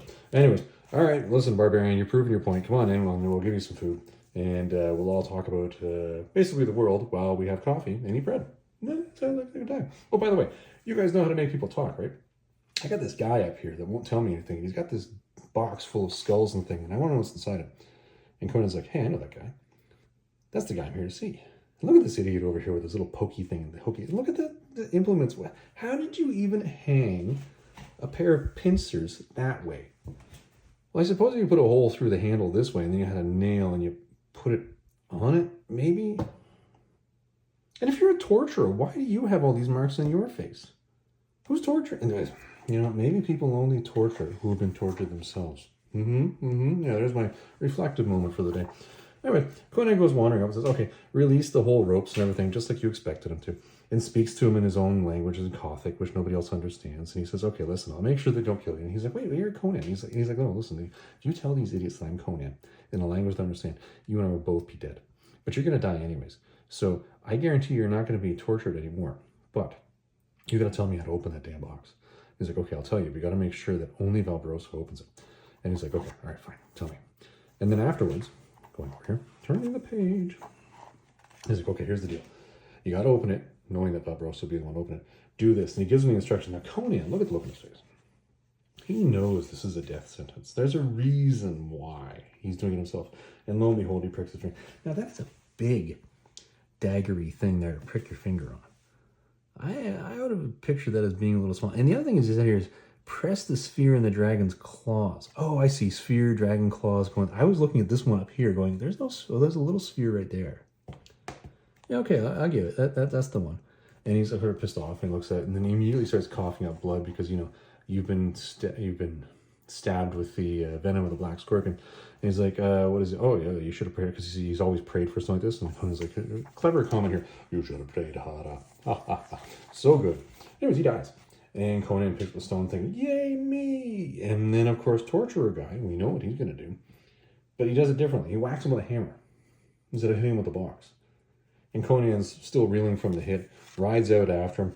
Doesn't really have the dialogue with the people within Valbrosso's camp that he did in the book, or even the other versions, but yeah, I guess you could skip that. Is it really necessary to the prose? I don't think so. I think the story follows rather well. And then his horse falls, and he's unconscious. And then he wakes up, and the ghouls are there. He fights off the ghouls. His horse is being attacked. He, that horse, kicky, stabby, stabby, and he rides off, and he's heading off. And he reflects upon Zenobia, again, remembering that really he's doing this. And this is an interesting one. He remembers why he's doing this, and A, to get his kingdom back, but B, really he's thinking about her. Why is she so important to him? And he's reflecting on the fact that he's made a commitment to her. Interesting. You're going to see more of this as we get into the next part when we do the next 6-part series. And as I say, will be continued in King Conan the Conqueror coming in February 2014. Now, before we jump into that, I'm going to go back to that popping noise you're hearing, by the way, is me making time-filling popping noises. When you read through this 6-part series, one of the things that was this one over here. Hold on. Let me reflect here, because I suspect that was a trap. No, it was totally in this. Bingo, bango, bongo. It was in here, was it not?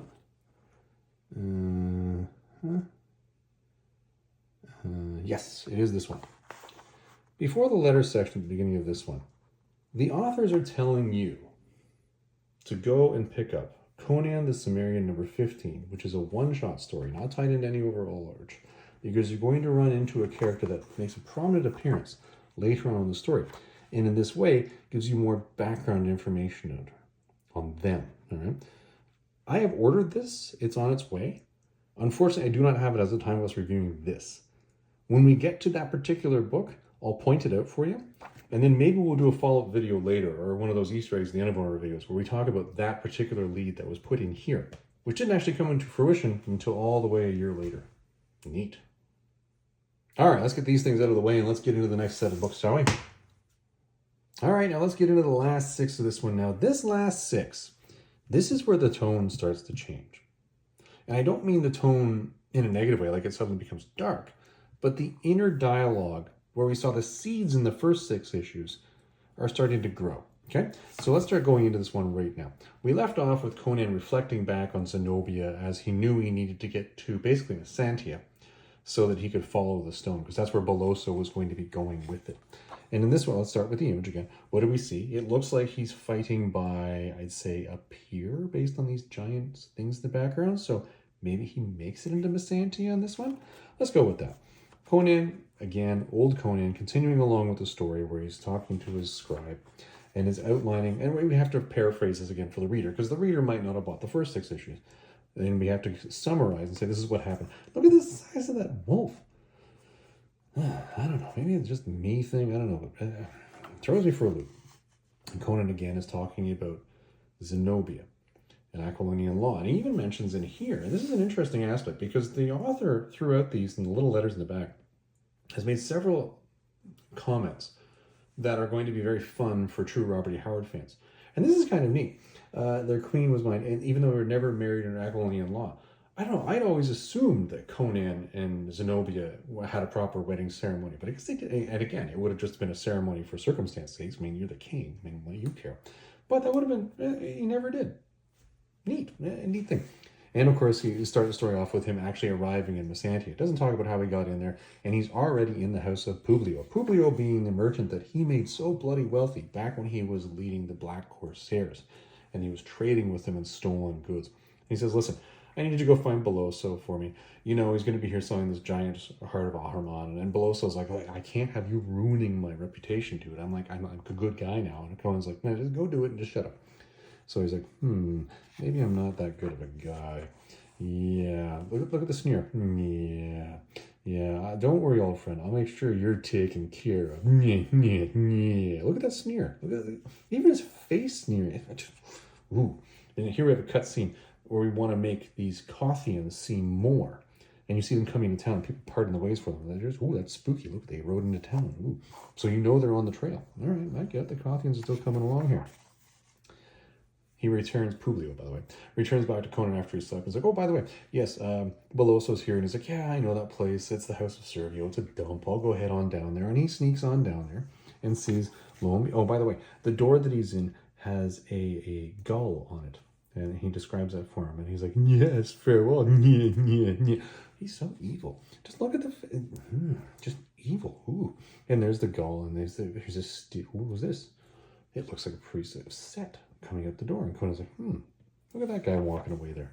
And what's it? That's totally a Stygian. Where's he going? Hey, wait a minute. The door's broken. Damn it. And he goes in, and lo and behold, Beloso has been killed by the black hand of Set. Ooh. Devils take me, because this means he knows that Stygian just stole his stone. And off he goes storming out. And he unhindered, just tears out the door and heads on down and sees the boat leaving and says, well, I'm just going to commandeer this boat. And this is when he is beset by the people who Publio has hired to murderize him. So he's like, dogs sent by Publio, no doubt. He knew what was going on with all the How do you miss the Of course you're going to catch that. And there's an epic battle. You know, the battle that was described in the prose piece was actually fairly prosaic. It was pretty quick and succinct. And Conan does get kabonked on the skull. And in this case, they just threw him down into the ground and said, well, there's no gem, but we'll head back. And see, there's no gem.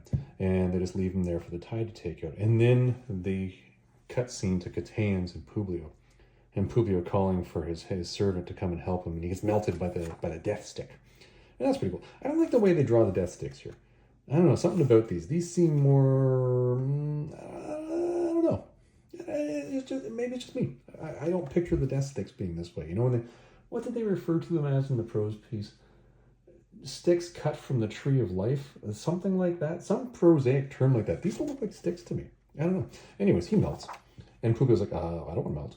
Oh yeah, by the way, Conan? Yeah, that guy you asked me about? Yeah. He's, guys are going to kill him. My servants are going to murder him down by the waterfront. And then somebody enters, and it's one of the thugs, right?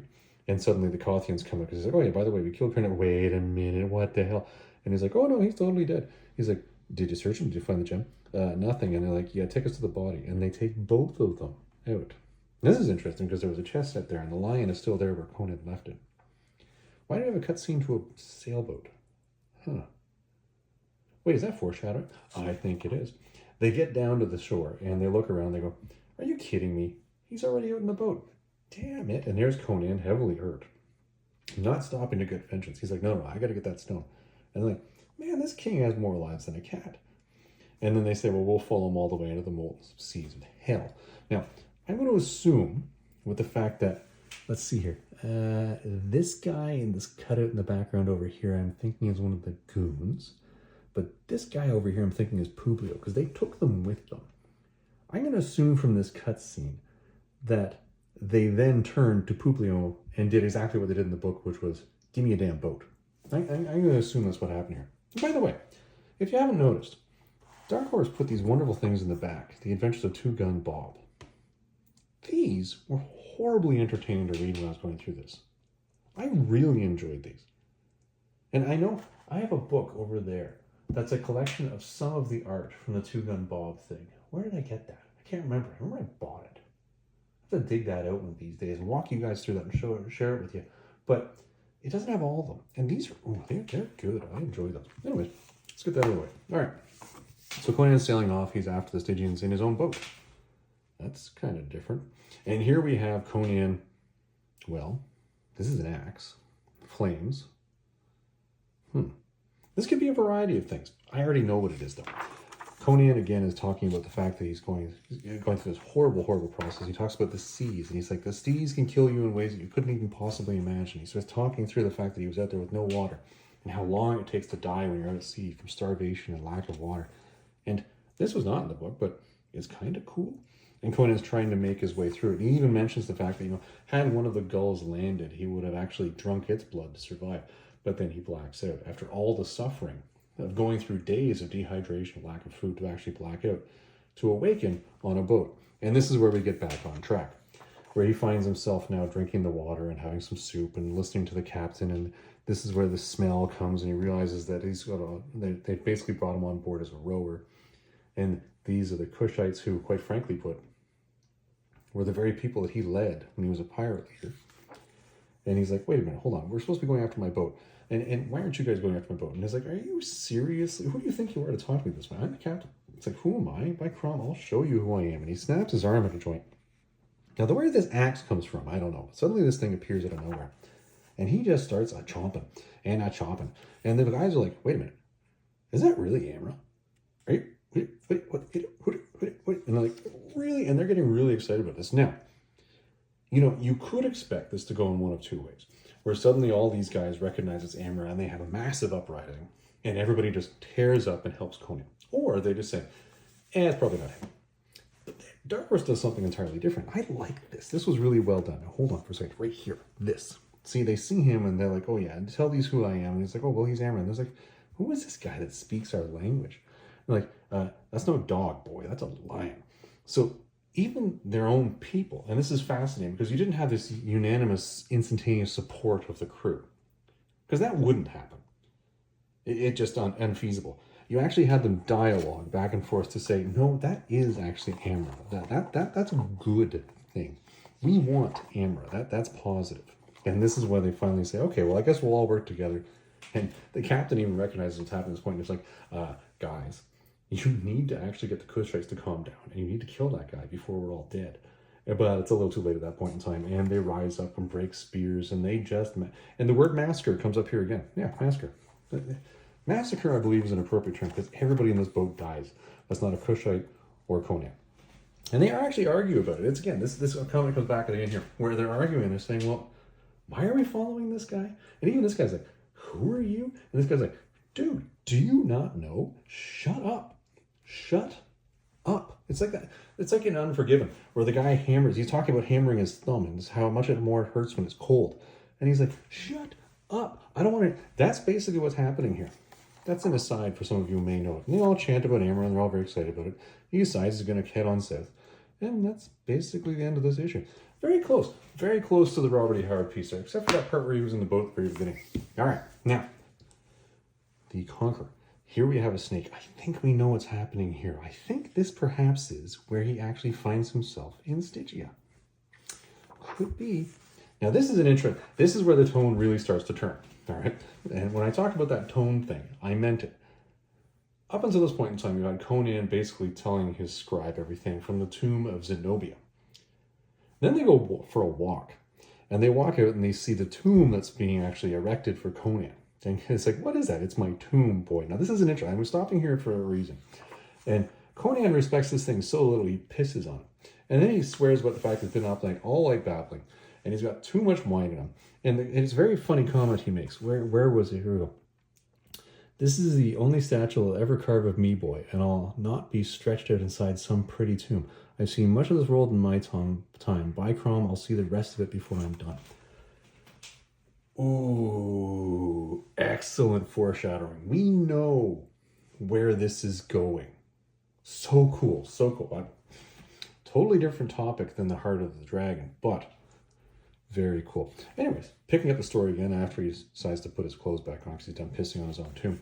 And he's like, oh yeah, so, we made our way into this place and we caught this fisherman, and then the fisherman told us what we needed to know, and I told him he would survive, and I wanted to get off the boat. And this is very good because he said, I'm going in alone. And I'm like, oh, we'll go with you. He's like, are you guys idiots? You can't just sack this place. Sit down and shut up. By the way, if I'm not back by tomorrow by first thing in the morning, I'm dead. Go home to your wives. Very good advice. Quite funny. And this is funny because he says, you stole into it like a thief, I believe. He's commenting on the fact that he was like a thief. He's like, yes, I was alone. And then they do this thing here where he's looking at all of his carven images on his own tomb.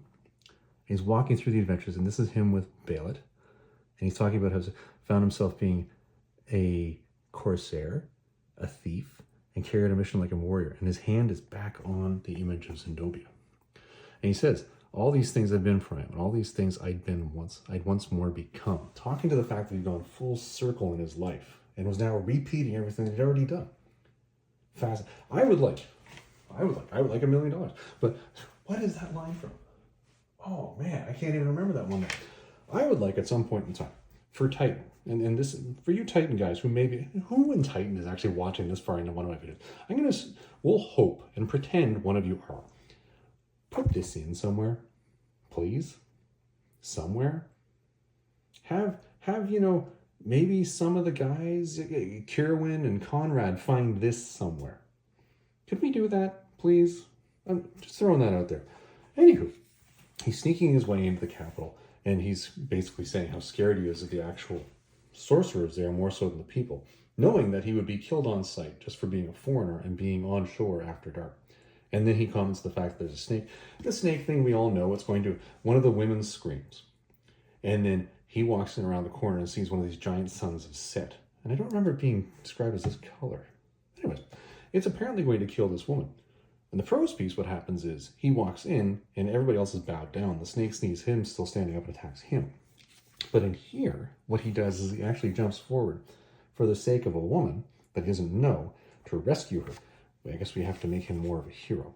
The snake turns on him at the last moment, and, well, that didn't work so well because it misses. And then, boop, boop, boop, boop, boop, he grabs it and he slices its head. Now, in the story, he slices right down through the middle of its head, down into its spine. Didn't happen here, but I'll give you the political license on that and the creative license to let that one go. The people go a little crazy because he just killed a snake. He doesn't really understand it, but he follows down a pathway, follows this particular priest in the back of one of the actual temples. He knows he has to go into a temple, so this is working out well for him. He sees one of the sleeping snakes. Now, this is interesting. This snake looks up at him. In the story, he sees one of the giant snakes there. He comments on the fact that they always keep them drugged. And he's like, yes. And looking at that snake, I completely understand why they would do that. This snake looked at him and just let him go. Didn't care. Now, that could say a lot, or it could say absolutely nothing. To me, I'm going to argue this is a thing. And I'm going to throw this into a Hyborian Age conspiracy theory in a later episode we come up with. I think this is a thing. I think there's a reason why he was allowed to continue.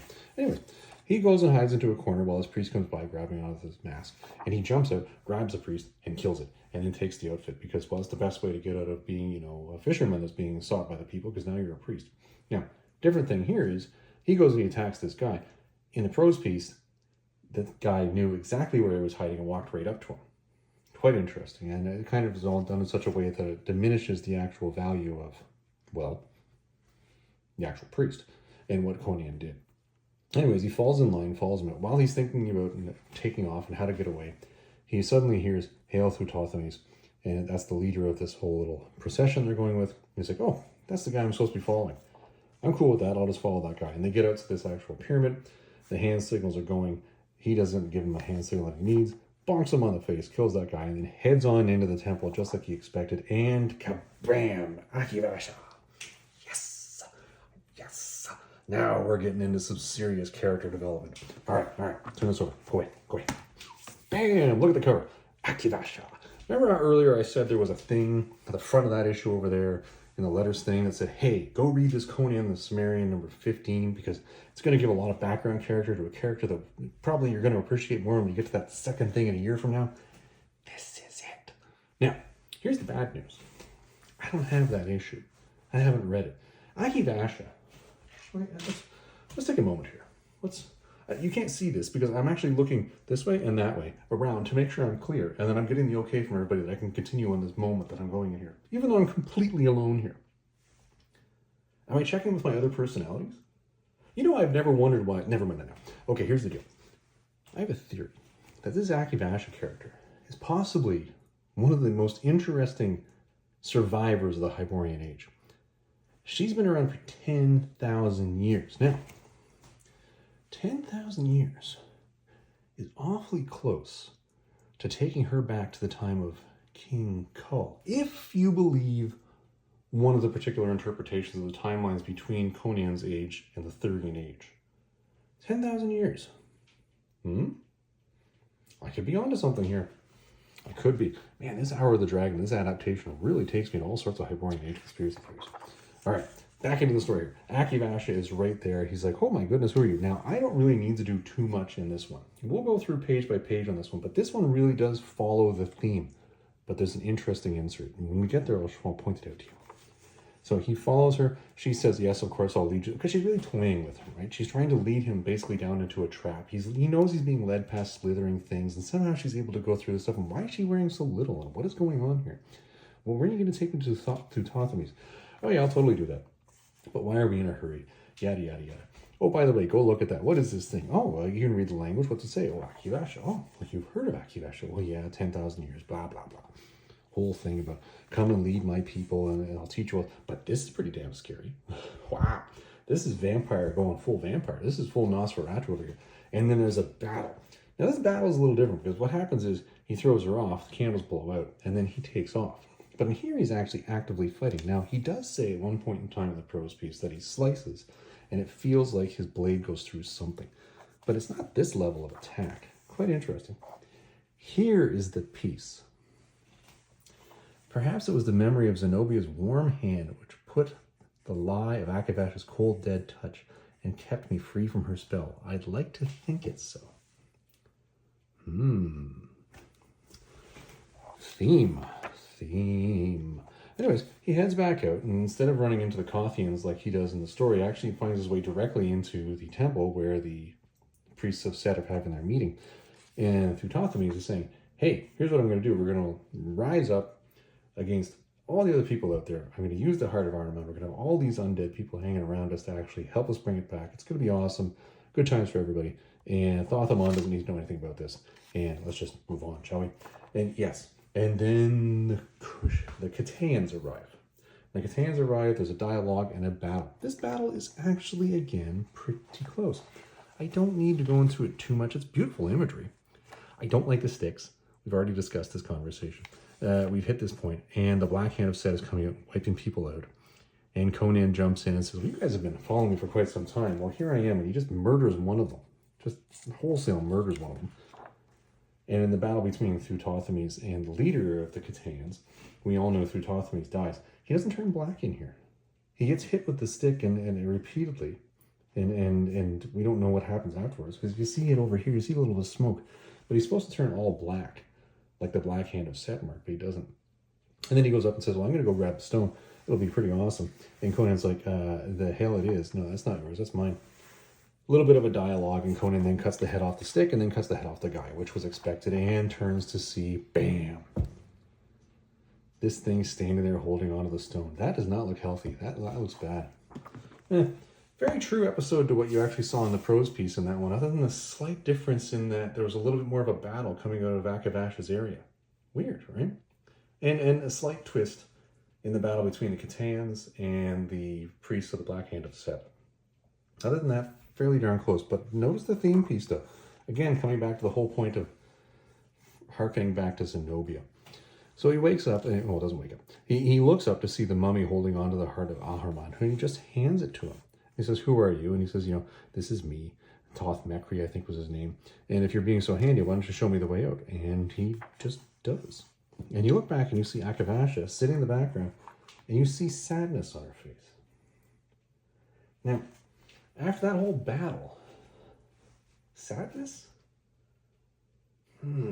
I have to read that Conan the Cimmerian 15. There's clearly something I'm missing here. I like the fact that when the mummy gets to the door, he's standing there holding his arms out like this, like, yeah, go this way, go this way. And then he just wanders away. Conan runs back to the ship. This is exactly what you would expect. And he reflects on the fact that he's coming back once again because he had a promise, and he meant to keep it. The promise to Zenobia, not to bring back his kingdom, but it was literally her that he was hearkening back to. And Zenobia heard that the troops were riding out, and obviously that meant that Conan was still alive. And then we start getting into some more information about what's going on in the kingdom. Well, it's been a year. And this guy's an idiot. Bad things are happening in town. And what's Zoltuten doing? He's slaughtering people up in the hills and really working on bringing back his own kingdom with his python. And the people, they're not too pleased. And what's happening is you got Hadrathis and Zalata running around telling the locals, and this was something that was referred to, just a passing comment, when the four flunkies were having a conversation in the Prose piece, that these two are spreading rumors that Conan's back. And here they are spreading rumors, and the locals like, oh, come on, he's not back. And then, he's back. And he says, well, are you going to work for me now? Which really shows how the people turn. And that dog is not as big as that other image. Now, everybody's back, and they're all excited about Conan. Back to the flunkies, because really you get a sense here that they're slaughtering everybody in the countryside that's not in the village, that's in the median. Back to the flunkies, and they're talking, and Orestes is like, no, you guys got to listen to me. This is bad. We put a priest of Acheron into our modern world. Like, we don't get the concept of evil that he's capable of. He's bringing back his own world. And like, he can't do that. And then they talk about the Heart of Ahriman. The Heart of Ahriman, oh yeah, well, that's totally fine. It's not missing at all. I don't know what you're talking about. And Zaltuten comes because he recognizes that Orestes is trying to sell him out, not realizing how much he told the other one, and kills him. Which again speaks to that little failure in Zaltuten. He's not quite as powerful as you think he is. He's good, but not that good. And he says, listen, Conan's back. Here's a note. Obviously, he knows that I'm more important. You're going to be my captains. Now, let's just go out and slaughter everybody, and we're fine. And the rest of this very much follows what you would expect. Conan is waiting for the battle. He says the 5,000 Morse troops are arriving shortly. And he's really talking about, here's the heart, and we're going to bring this whole kingdom back to me. I think we'll be fine. Last episode. Last issue. Here we go. Look, and this is where you have really the image of Conan being, look at it. I'll put it in the center for you. He's the conqueror. You know he's going to win. You know it. Just look at the cover. And here, now this is an interesting one. And I'll say this here. At the back of this, where were we here? This is an interesting point. And I want to really hammer this home. Hold on. Bear with me. It was in here somewhere. There was a comment made in this here. Whoa. Also, several surprises for die-hard Howard fans. I went into this looking for several surprises because I read that comment. And in here you have Conan once again being old Conan. And this one he's talking about how war is just a waste of time in people's lives. And it'll always lead to death. And a lot of this issue is basically build up to the battle and setting context. Okay, so again, you knew that Zaltuten was going to try to flood the river, and he tries to do that, casts a spell, and the Heart of Ahriman and the Priest of Asura counter that. Now, the people don't seem to know that's what's happening, but Conan knows. He looks over at the Priest of Asura. He's thanking him for what they did. And of course, they cross the river, and Zaltuten's like, what do you mean they crossed the river? That's impossible. The river would have flooded. And then you have a little twist, in that Tarascus has brought 2 women from his own seraglio for Zaltuten to sacrifice on the king's altar. I didn't see that coming. And guess what? One of them is Zenobia. And he's like, oh yeah, her gaze has troubled me of late. Her name is Zenobia. Weird. Now, this is the martyr guy. He comes out of nowhere and says, yeah, I'll lead you guys to behind Conan's troops and able to slaughter. Yeah, we'll go ahead and do that. The knights in immediate charge. The battle continues. It actually, and it's interesting because the battle is happening in the background here. And I'm not going to go through the analysis on it here. It's very diminished as compared to what you saw in the epic battle described by Robert E. Howard with the waves coming and the Aquilonian troops not moving and just wave upon wave. It's missing because they're spending more time focusing on the human sacrifice. Because Zaltuten is trying to basically bring forward powers that will actually destroy the mountains surrounding Conan's army, and does manage to kill one of the girls from Tarascus' seraglio. And Zenobia is going to be next. And he casts this spell expecting that something's going to happen, then nothing happens. And he says, no, this isn't possible. And then he recognizes, oh wait, that's because Set wants me to do something even more powerful. Okay, well, I'll sacrifice both of you then. And she's like, you bastard. And Conan comes riding up out of nowhere and throws this blade, and it falls into Zaltuten's hands. And he's like, what's going on here? And Who are you? Oh, you, a priest of Asura, and this lady with the wolf, you're going to try to stop me. And he pulls out the Heart of Amon. And this is the blast that's described in the Robert E. Howard piece that just really blasts Saltutan back into being a mummy. But that can't be it. No. Conan has to cut his head off because you got to throw in some Conan action here. And he does save Zenobia. But bear in mind, Zenobia was nowhere near any of this in the Robert E. Howard piece. But here she is, and hush, Zenobia, nothing can harm you now. Huh.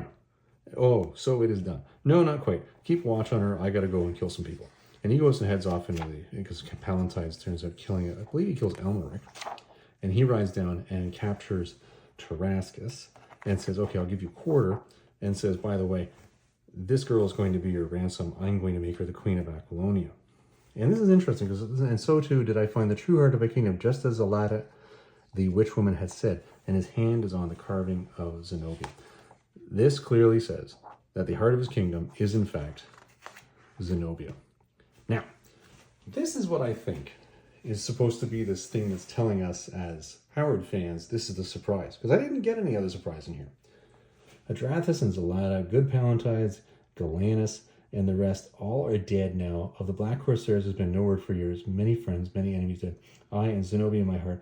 Long years have passed. Through it all, I have held my kingdom and amassed more land, wealth, power than I could have ever imagined. But of what worth are power and of treasures it brings if there is no one to give them to?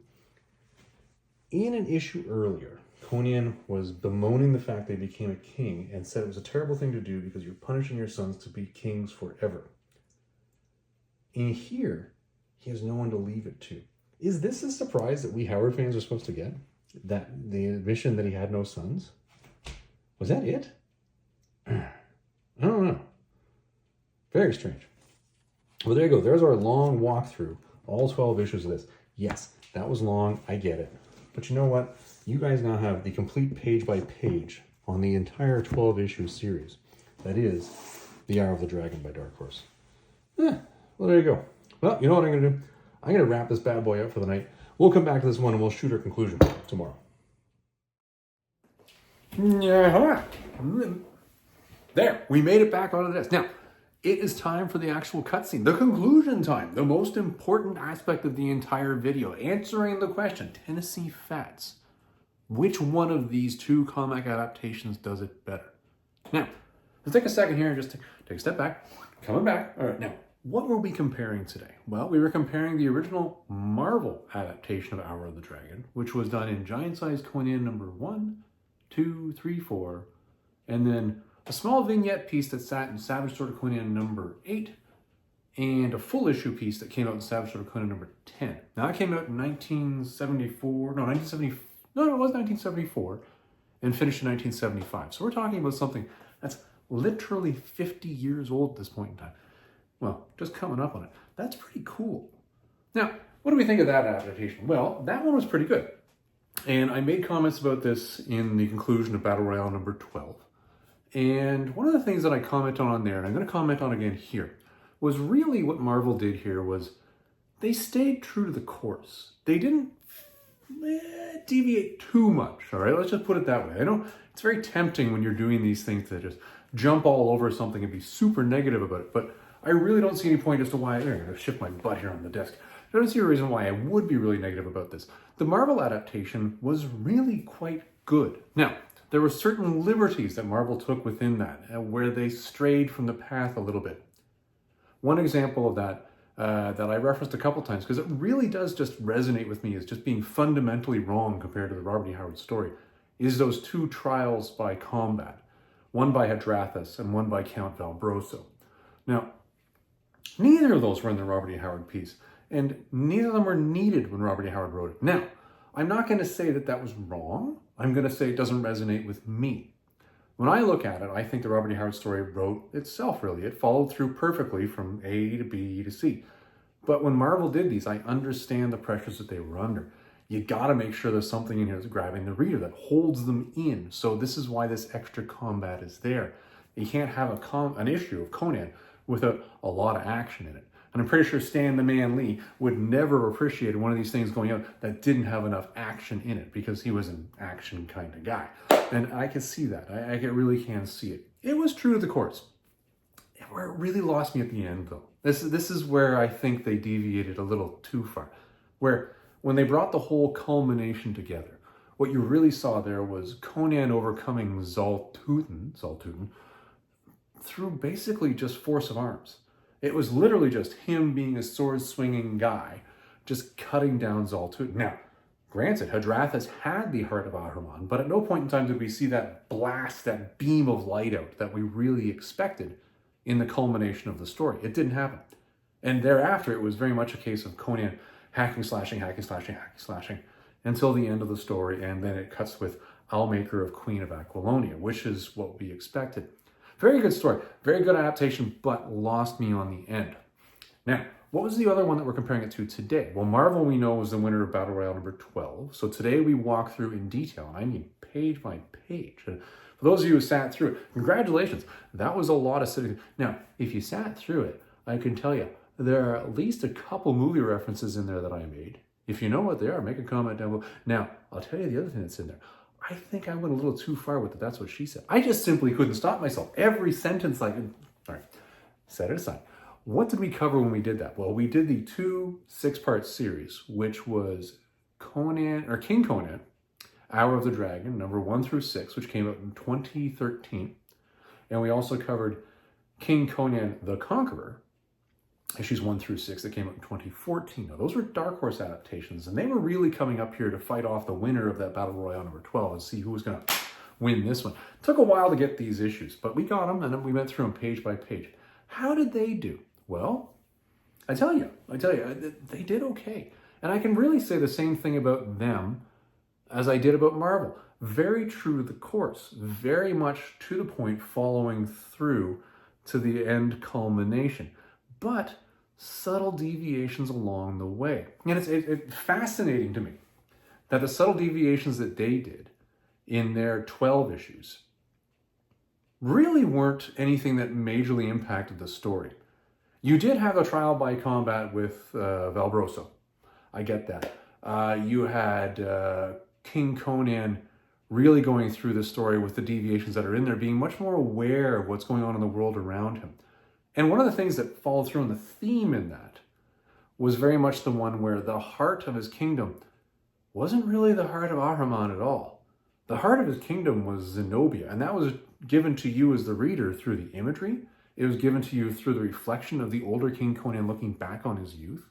And you saw that continuously referenced throughout the story. You saw Conan looking down at Zenobia. When he was talking about Akavashia, he was talking about, and he looked down at the tombstone, the effigy of Zenobia, and he said, "I'd like to think that it was remembrance of her warmth that helped me break the cold spell of Akavashia. I'd like to think so." And he goes through the rest of the story until you get to the end where he really does recognize that it is Zenobia, in fact, that is the heart of his kingdom. It's not the heart of Ahriman. It's not him. It's not the fact that his subjects actually come around and respect him. It's none of that. It's Zenobia is the heart of his kingdom. And granted, the rest of the stuff in the background, it does all occur. And Conan does go full circle. You remember I made the comment when I was talking about the Marvel adaptation where I said really what you saw in that was Conan flipping the paradigm of what it meant to be a king. Where at the beginning of it, he was like, "Oh, these people." But at the end of it, he was like, "Oh, these people, how can I help?" And very much a dynamic change when he recognized the responsibility he had as a king. And it's interesting, and I've been thinking along these lines for the last couple of days about Conan recognizing his responsibilities. And it makes me chuckle because I go back to the Jason Aaron storyline that I think was in 2019. Was it 2019? The Death of Conan? That was that story where it was Conan, where it was the death of Conan, where it was King Conan. And he ends up running into Crom. And I know social media right now on Instagram and Facebook, there's a lot of people talking about the fact that Crom probably should never make it onto a page.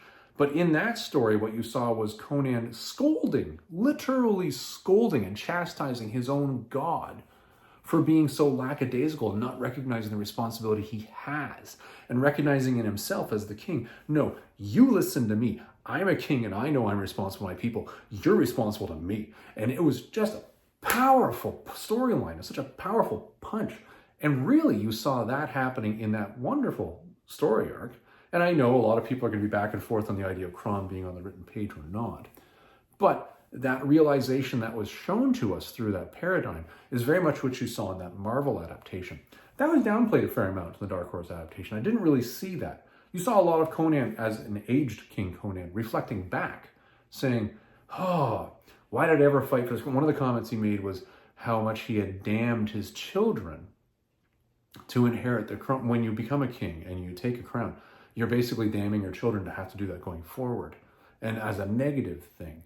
Another thing that he does at the end is he talks about how he's built up all his kingdom and his wealth and how everything's grown, but what good does it do when you don't have anybody to give it to? And it's this weird paradigm where he recognizes the responsibility that comes from being a king, but at the same time, he's somewhat more, I guess, you would almost say burnt out. Now, perhaps this is an older version of King Conan, not necessarily the younger version that we saw in the Marvel adaptation that's telling the story, and maybe that's why he's burnt out as much as he is. After all, as he says himself, all of his friends are dead. That's pretty psychologically tolling, so I can understand that as the character. What did the Dark Horse version do, though, that was really different? Because you could take the Marvel and Dark Horse adaptations and hold them up side by side and say, these really do pack a punch at an equal weight class. The Dark Horse version does something that Marvel didn't do. They finalized the story with the Heart of Ahriman actually being the thing, shooting that beam, and taking that conclusion back up to the cosmic level that Robert E. Howard wrote into it in his original prose piece. Now, I'm not going to weigh the costs and the benefits of this. The whole point of these battle royales is to decide which one's closer to the Robert E. Howard adaptation. That's it. And when you ask me that question between these two, that ending on the Dark Horse version definitely got it mostly right. But boy, did they ever squiff it by bringing in Zenobia at the end of the day, so she had to be there, literally in the process of being sacrificed by Zaltutin to be saved by Conan, and then be on the scene when Conan recognizes her as his heart of his kingdom. And I get it, you're doing that whole twist on the story that really draws home that point of the fact that maybe it's not the heart of Ahriman that's actually the heart of his kingdom. Maybe it is the family unit that's going to be created by him and Zenobia. I get that. But that was going a little off the beaten path there, especially when Tarascus says to Zaltutin, says, yeah, this one's been in my seraglio, but be careful with it because her gaze has troubled me of late. Well, the reason why her gaze has troubled him of late is because she helped Conan escape. And that was also quite different, but you were again building up that Zenobia story and making her more of a powerful character. As a story, I think that did really, really well. I gotta say, seeing Zenobia in the role that you saw her in here was quite dynamic and quite fun. And it was really good to see this powerful character that can operate on an equal level to Conan in just sheer audacity, just taking a piece of a bone and stabbing it into the shoulder of a giant, great cannibalized ape thing. That's a thing. Like that's ballsy. That is just straight ballsy. That is just well done. That's 2 points for her. But is it closer to Robert E. Howard? Okay, $1 million question time. Now, I always do these things completely unscripted when you do these conclusions because I want to make sure I'm being honest with myself and being honest with you guys and that I'm not purposely steering this in one direction or another. Well, this is a tough one because these two are really, really close. But were you to ask me which one of these is closer to Robert E. Howard, and that is the point of the Battle Royales, I would have to actually take it away from the winner of Battle Royale number 12, which was the Marvel adaptation, Over a Blaze, and I gotta give it to Dark Horse. Dark Horse, through their 12 issues, I'm just gonna call it that, through their 12 issues, did a wonderful job of carrying the story and the theme, and they did stay very close to the Robert E. Howard's prose piece. There were subtle nuances, which had to do with it was almost a steered nuance, where you saw, as I mentioned earlier, the elevation of the character of Zenobia throughout the story, and the change of the dynamic where you really had it to be more of a story of Zenobia's coming into the kingdom and Conan recognizing the need for her, as well as his own desire to have the companionship of her. That was really a thing. And it was written in wonderfully throughout the story. It did deviate from the Robert E. Howard story because, well, the Robert E. Howard story was very much one of Conan. And that's what Robert E. Howard was writing at the time. It's a wonderful new adaptation to elevate this Zenobia character, but it still did follow the story closer. And I gotta give it to them because Marvel, when they dumbed down the level of the finale in this, by bringing it down to basically Conan just ends it with a sword. And taking down that level of escalation with the magical potential that it had, really you deflated the villain that Conan was fighting. The whole point of this was that the heart of Ahriman needed to be in the hands of Hadrathas to actually counter Zaltutin step by step by step, to make sure that you saw that. Now, again, I understand a lot of things in the way comics were written, and I don't understand a lot of things in the way that comics were written. And I understand that in the 1970s, the Comics Code Authority was a thing. I get it. In fact, if I look down at this, I can look right up in the corner here, and I can clearly see the Comics Code Authority label right there. Comics Code Authority has some issue with, everybody has to get their comeuppance. And that was one of the themes that I've heard repeated several times in documentaries I've watched about writing comics back in the day, and when you had to write comics to a certain standard. Perhaps that was one of the reasons why you saw, for example, the Lord of the Manor named. The martyr that actually took down Valerius, the leader of that group, or the martyr that gave himself up, had to be named because you needed to understand that Valerius was getting his comeuppance for the wrong that he did to this particular person that exists in the Robert E. Howard story, which doesn't actually happen in the Robert E. Howard story. Whereas the new Dark Horse version doesn't have that requirements. It can sit there and it can say, no, we can go right back to what Robert E. Howard intended here. It doesn't have to match any sort of moral compass. We just need to take the story where we need it to go. And I think maybe that might be why. That's why Dark Horse was able to follow it a little closer. And making sure that the elevated level of that magic at the end was where it was, where Zaltutin, listen, he's a 3,000-year-old mummy that can collapse mountains. That's fairly material. Now, granted, Conan still got him with a sword slash when he was already down from that laser beam. But that, the whole, it's almost like, like a Cyclops optic blast type movement. You're like, whoa, it's a huge thing. It really does carry into the story there. And you saw that flash of light in the story that was what signaled the men down in the field. And they knew what was going on. Then Conan got on his horse and then, blah, blah, blah, blah, and then he goes and slashing, which is exactly what happened in the Prose piece. So there you go. Dark Horse took this one. I got to tell you, this was a really close one. And as I say, it's a huge piece of content that we've been covering. It's covered several days as I've been shooting this thing, and as you can probably tell, because the outfits and the settings have changed every time. But we got through it. But this took a long, long time. Oh, I am glad we got this one done, and I'm glad I still kept this one to say, no, Tennessee Fats, you're not coming up with a conclusion yet. You shoot it when you're live and just go with that. Much more rewarding this way, and I think much more organic. All right, well, there you go. That is the end of Battle Royale number 19. Now, what do we have coming up? Well, the next Battle Royale we have is the one that I have been dreading the most. I tell you, this is the one that I was terrified of doing just because of the raw amount of content, which is why we have 3 one-hour videos that already covered Battle Royale 12. And I'm positive this video is probably going to be close to the, maybe the hour and a half point. Trust me, I get it. I've thrown in chapters you guys can skip when you need to, okay? So just use that, okay? Save your sanity. You don't need to listen to me. Just jump on through where you need to. We still need to get to what is, in my opinion, the most important Robert E. Howard story, which is Queen of the Black Coast. I've been terrified to touch this story because it's my favorite story. My favorite Robert E. Howard Conan story, that is.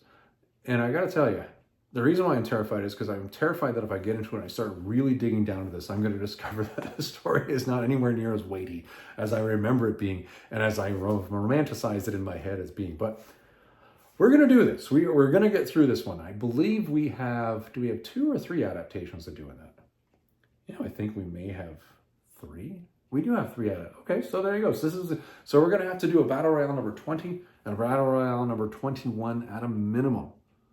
And then, assuming nothing else has come out that's new, could be wrong on that one, but assuming nothing else has come out that's new, we'll then have to do the incumbent video. And then we'll be close enough so that where we get to the end where we can finally say, okay guys, let's sit down at the desk and go through the list of every single winner. And I will tell you, in my opinion, which one is the best Robert E. Howard adaptation of every single one that's been done in comic format. Whew. Well, there you go, everybody. I hope you enjoyed this video. I know it was a long one. For those of you who stuck around, thanks very much for doing it. We'll see you in the next video.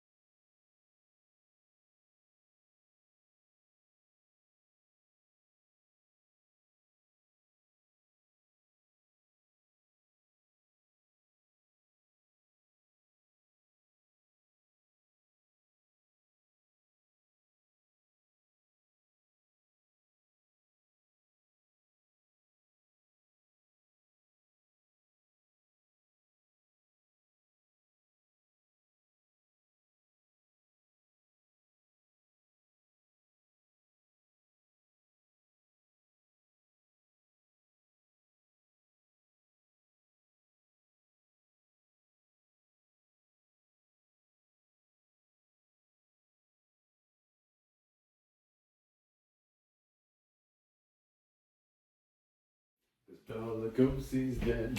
He's dead, he's dead, he's dead. Undead. I tell you, I do love myself some Bajas. Welcome back, everybody. It's the, well, you know, I say welcome back, but at the end of the day, for those of you who stuck around to this point, you know exactly what we're doing right now. We're doing the Easter egg thing. I stick away at the end of the videos for those of you who stick around. Now, I know that the majority of you don't stick around for these, which is why this is so much fun. I record a lot of these knowing that nobody will ever see them, which is kind of, you know, I'm pretty sure at this point in time, I could probably get away with swearing my head off at this segment of the video, possibly including some sort of, you know, maybe some illicit imagery in the back. We won't do that. It's not what we do here, and I have no interest in showing you illicit imagery whatsoever. So anyway, what I wanted to talk to you guys about today, remember when I walked through this one, and it's interesting, it's the same day that I shot the actual conclusion piece in, but this is something I had to get out, and this is why we're chatting about it now.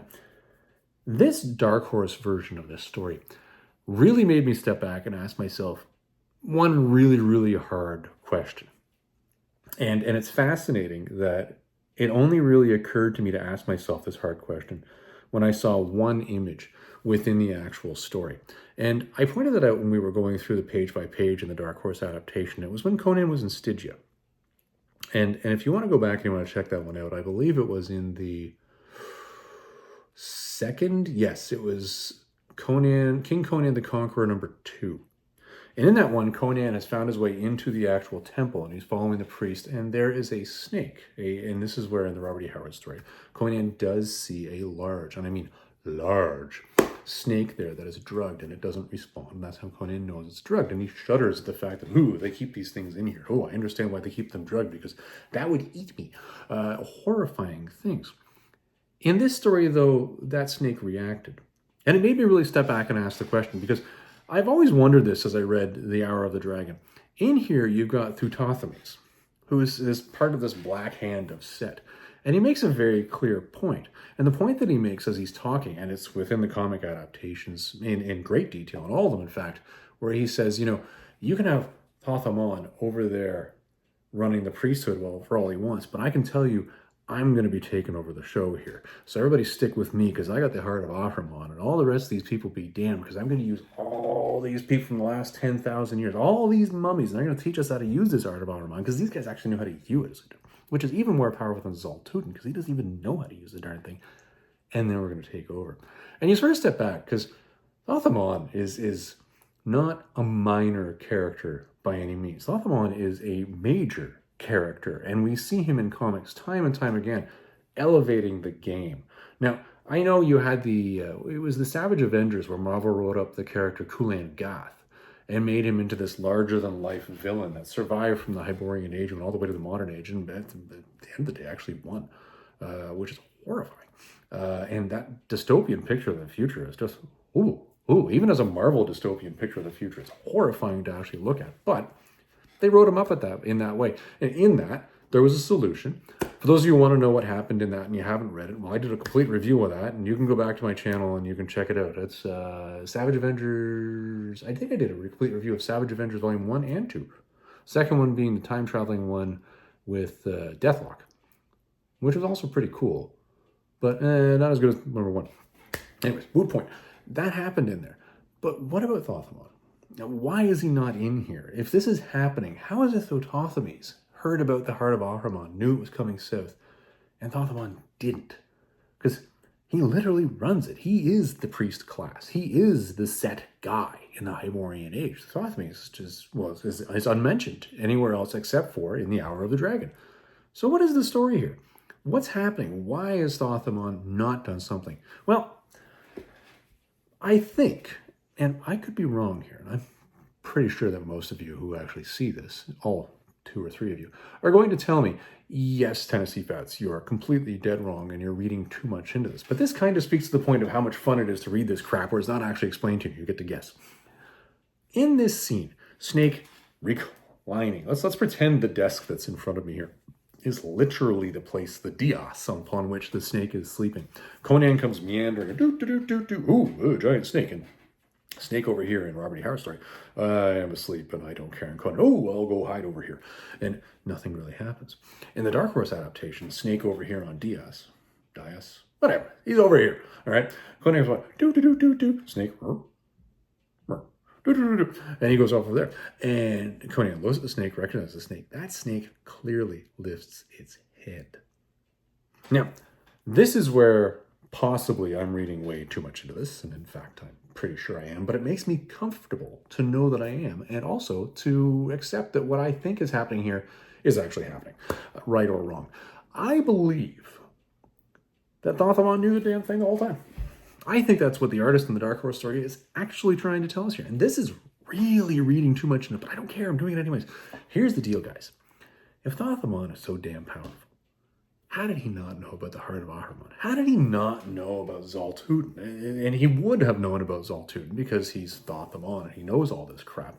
How would he not have known that this guy's sarcophagus was stolen out of his crypts?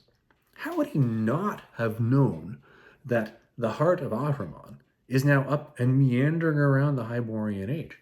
That does not make any sense. He must have known. Thoth-Amon, when he's talking to his followers, says to them that he heard the news of the Heart of Ahriman through the animals, through the birds flying south, through the winds, through everything. Thoth-Amon would have heard the same damn thing. So what happened here? Well, I'll tell you what happened here. Thoth-Amon is more powerful than both of these dinguses. He's more powerful than Thoth-Amon and Zal-Tudin because he knew. No, guys, this is a bad situation. All manner of heck is going to break out here. This is not going to go well. And what's going to happen at the end of the day is King Conan is going to be right back there just doing his thing on his throne, and it's going to cost all of your lives. And I think that's evidenced by the fact that this charmed son of Set, which is sitting, and is supposed to be drugged to the point where it can't move when it's in the temple, looks up at Conan and then just says, "Oh, it's you." And then goes back to sleep. That doesn't actually say, "Oh, it's you." But I'm willing to bet that that was Thoth-Amon looking through this particular snake at Conan saying, yep, the plan is all working out perfectly here. Because let's also remember another thing that happens here. Throughout the whole travel that Conan has all the way down to Byzantia, he is cursing his luck about how everything is going wrong for him. And how could this be happening? And how could this be happening? How could this?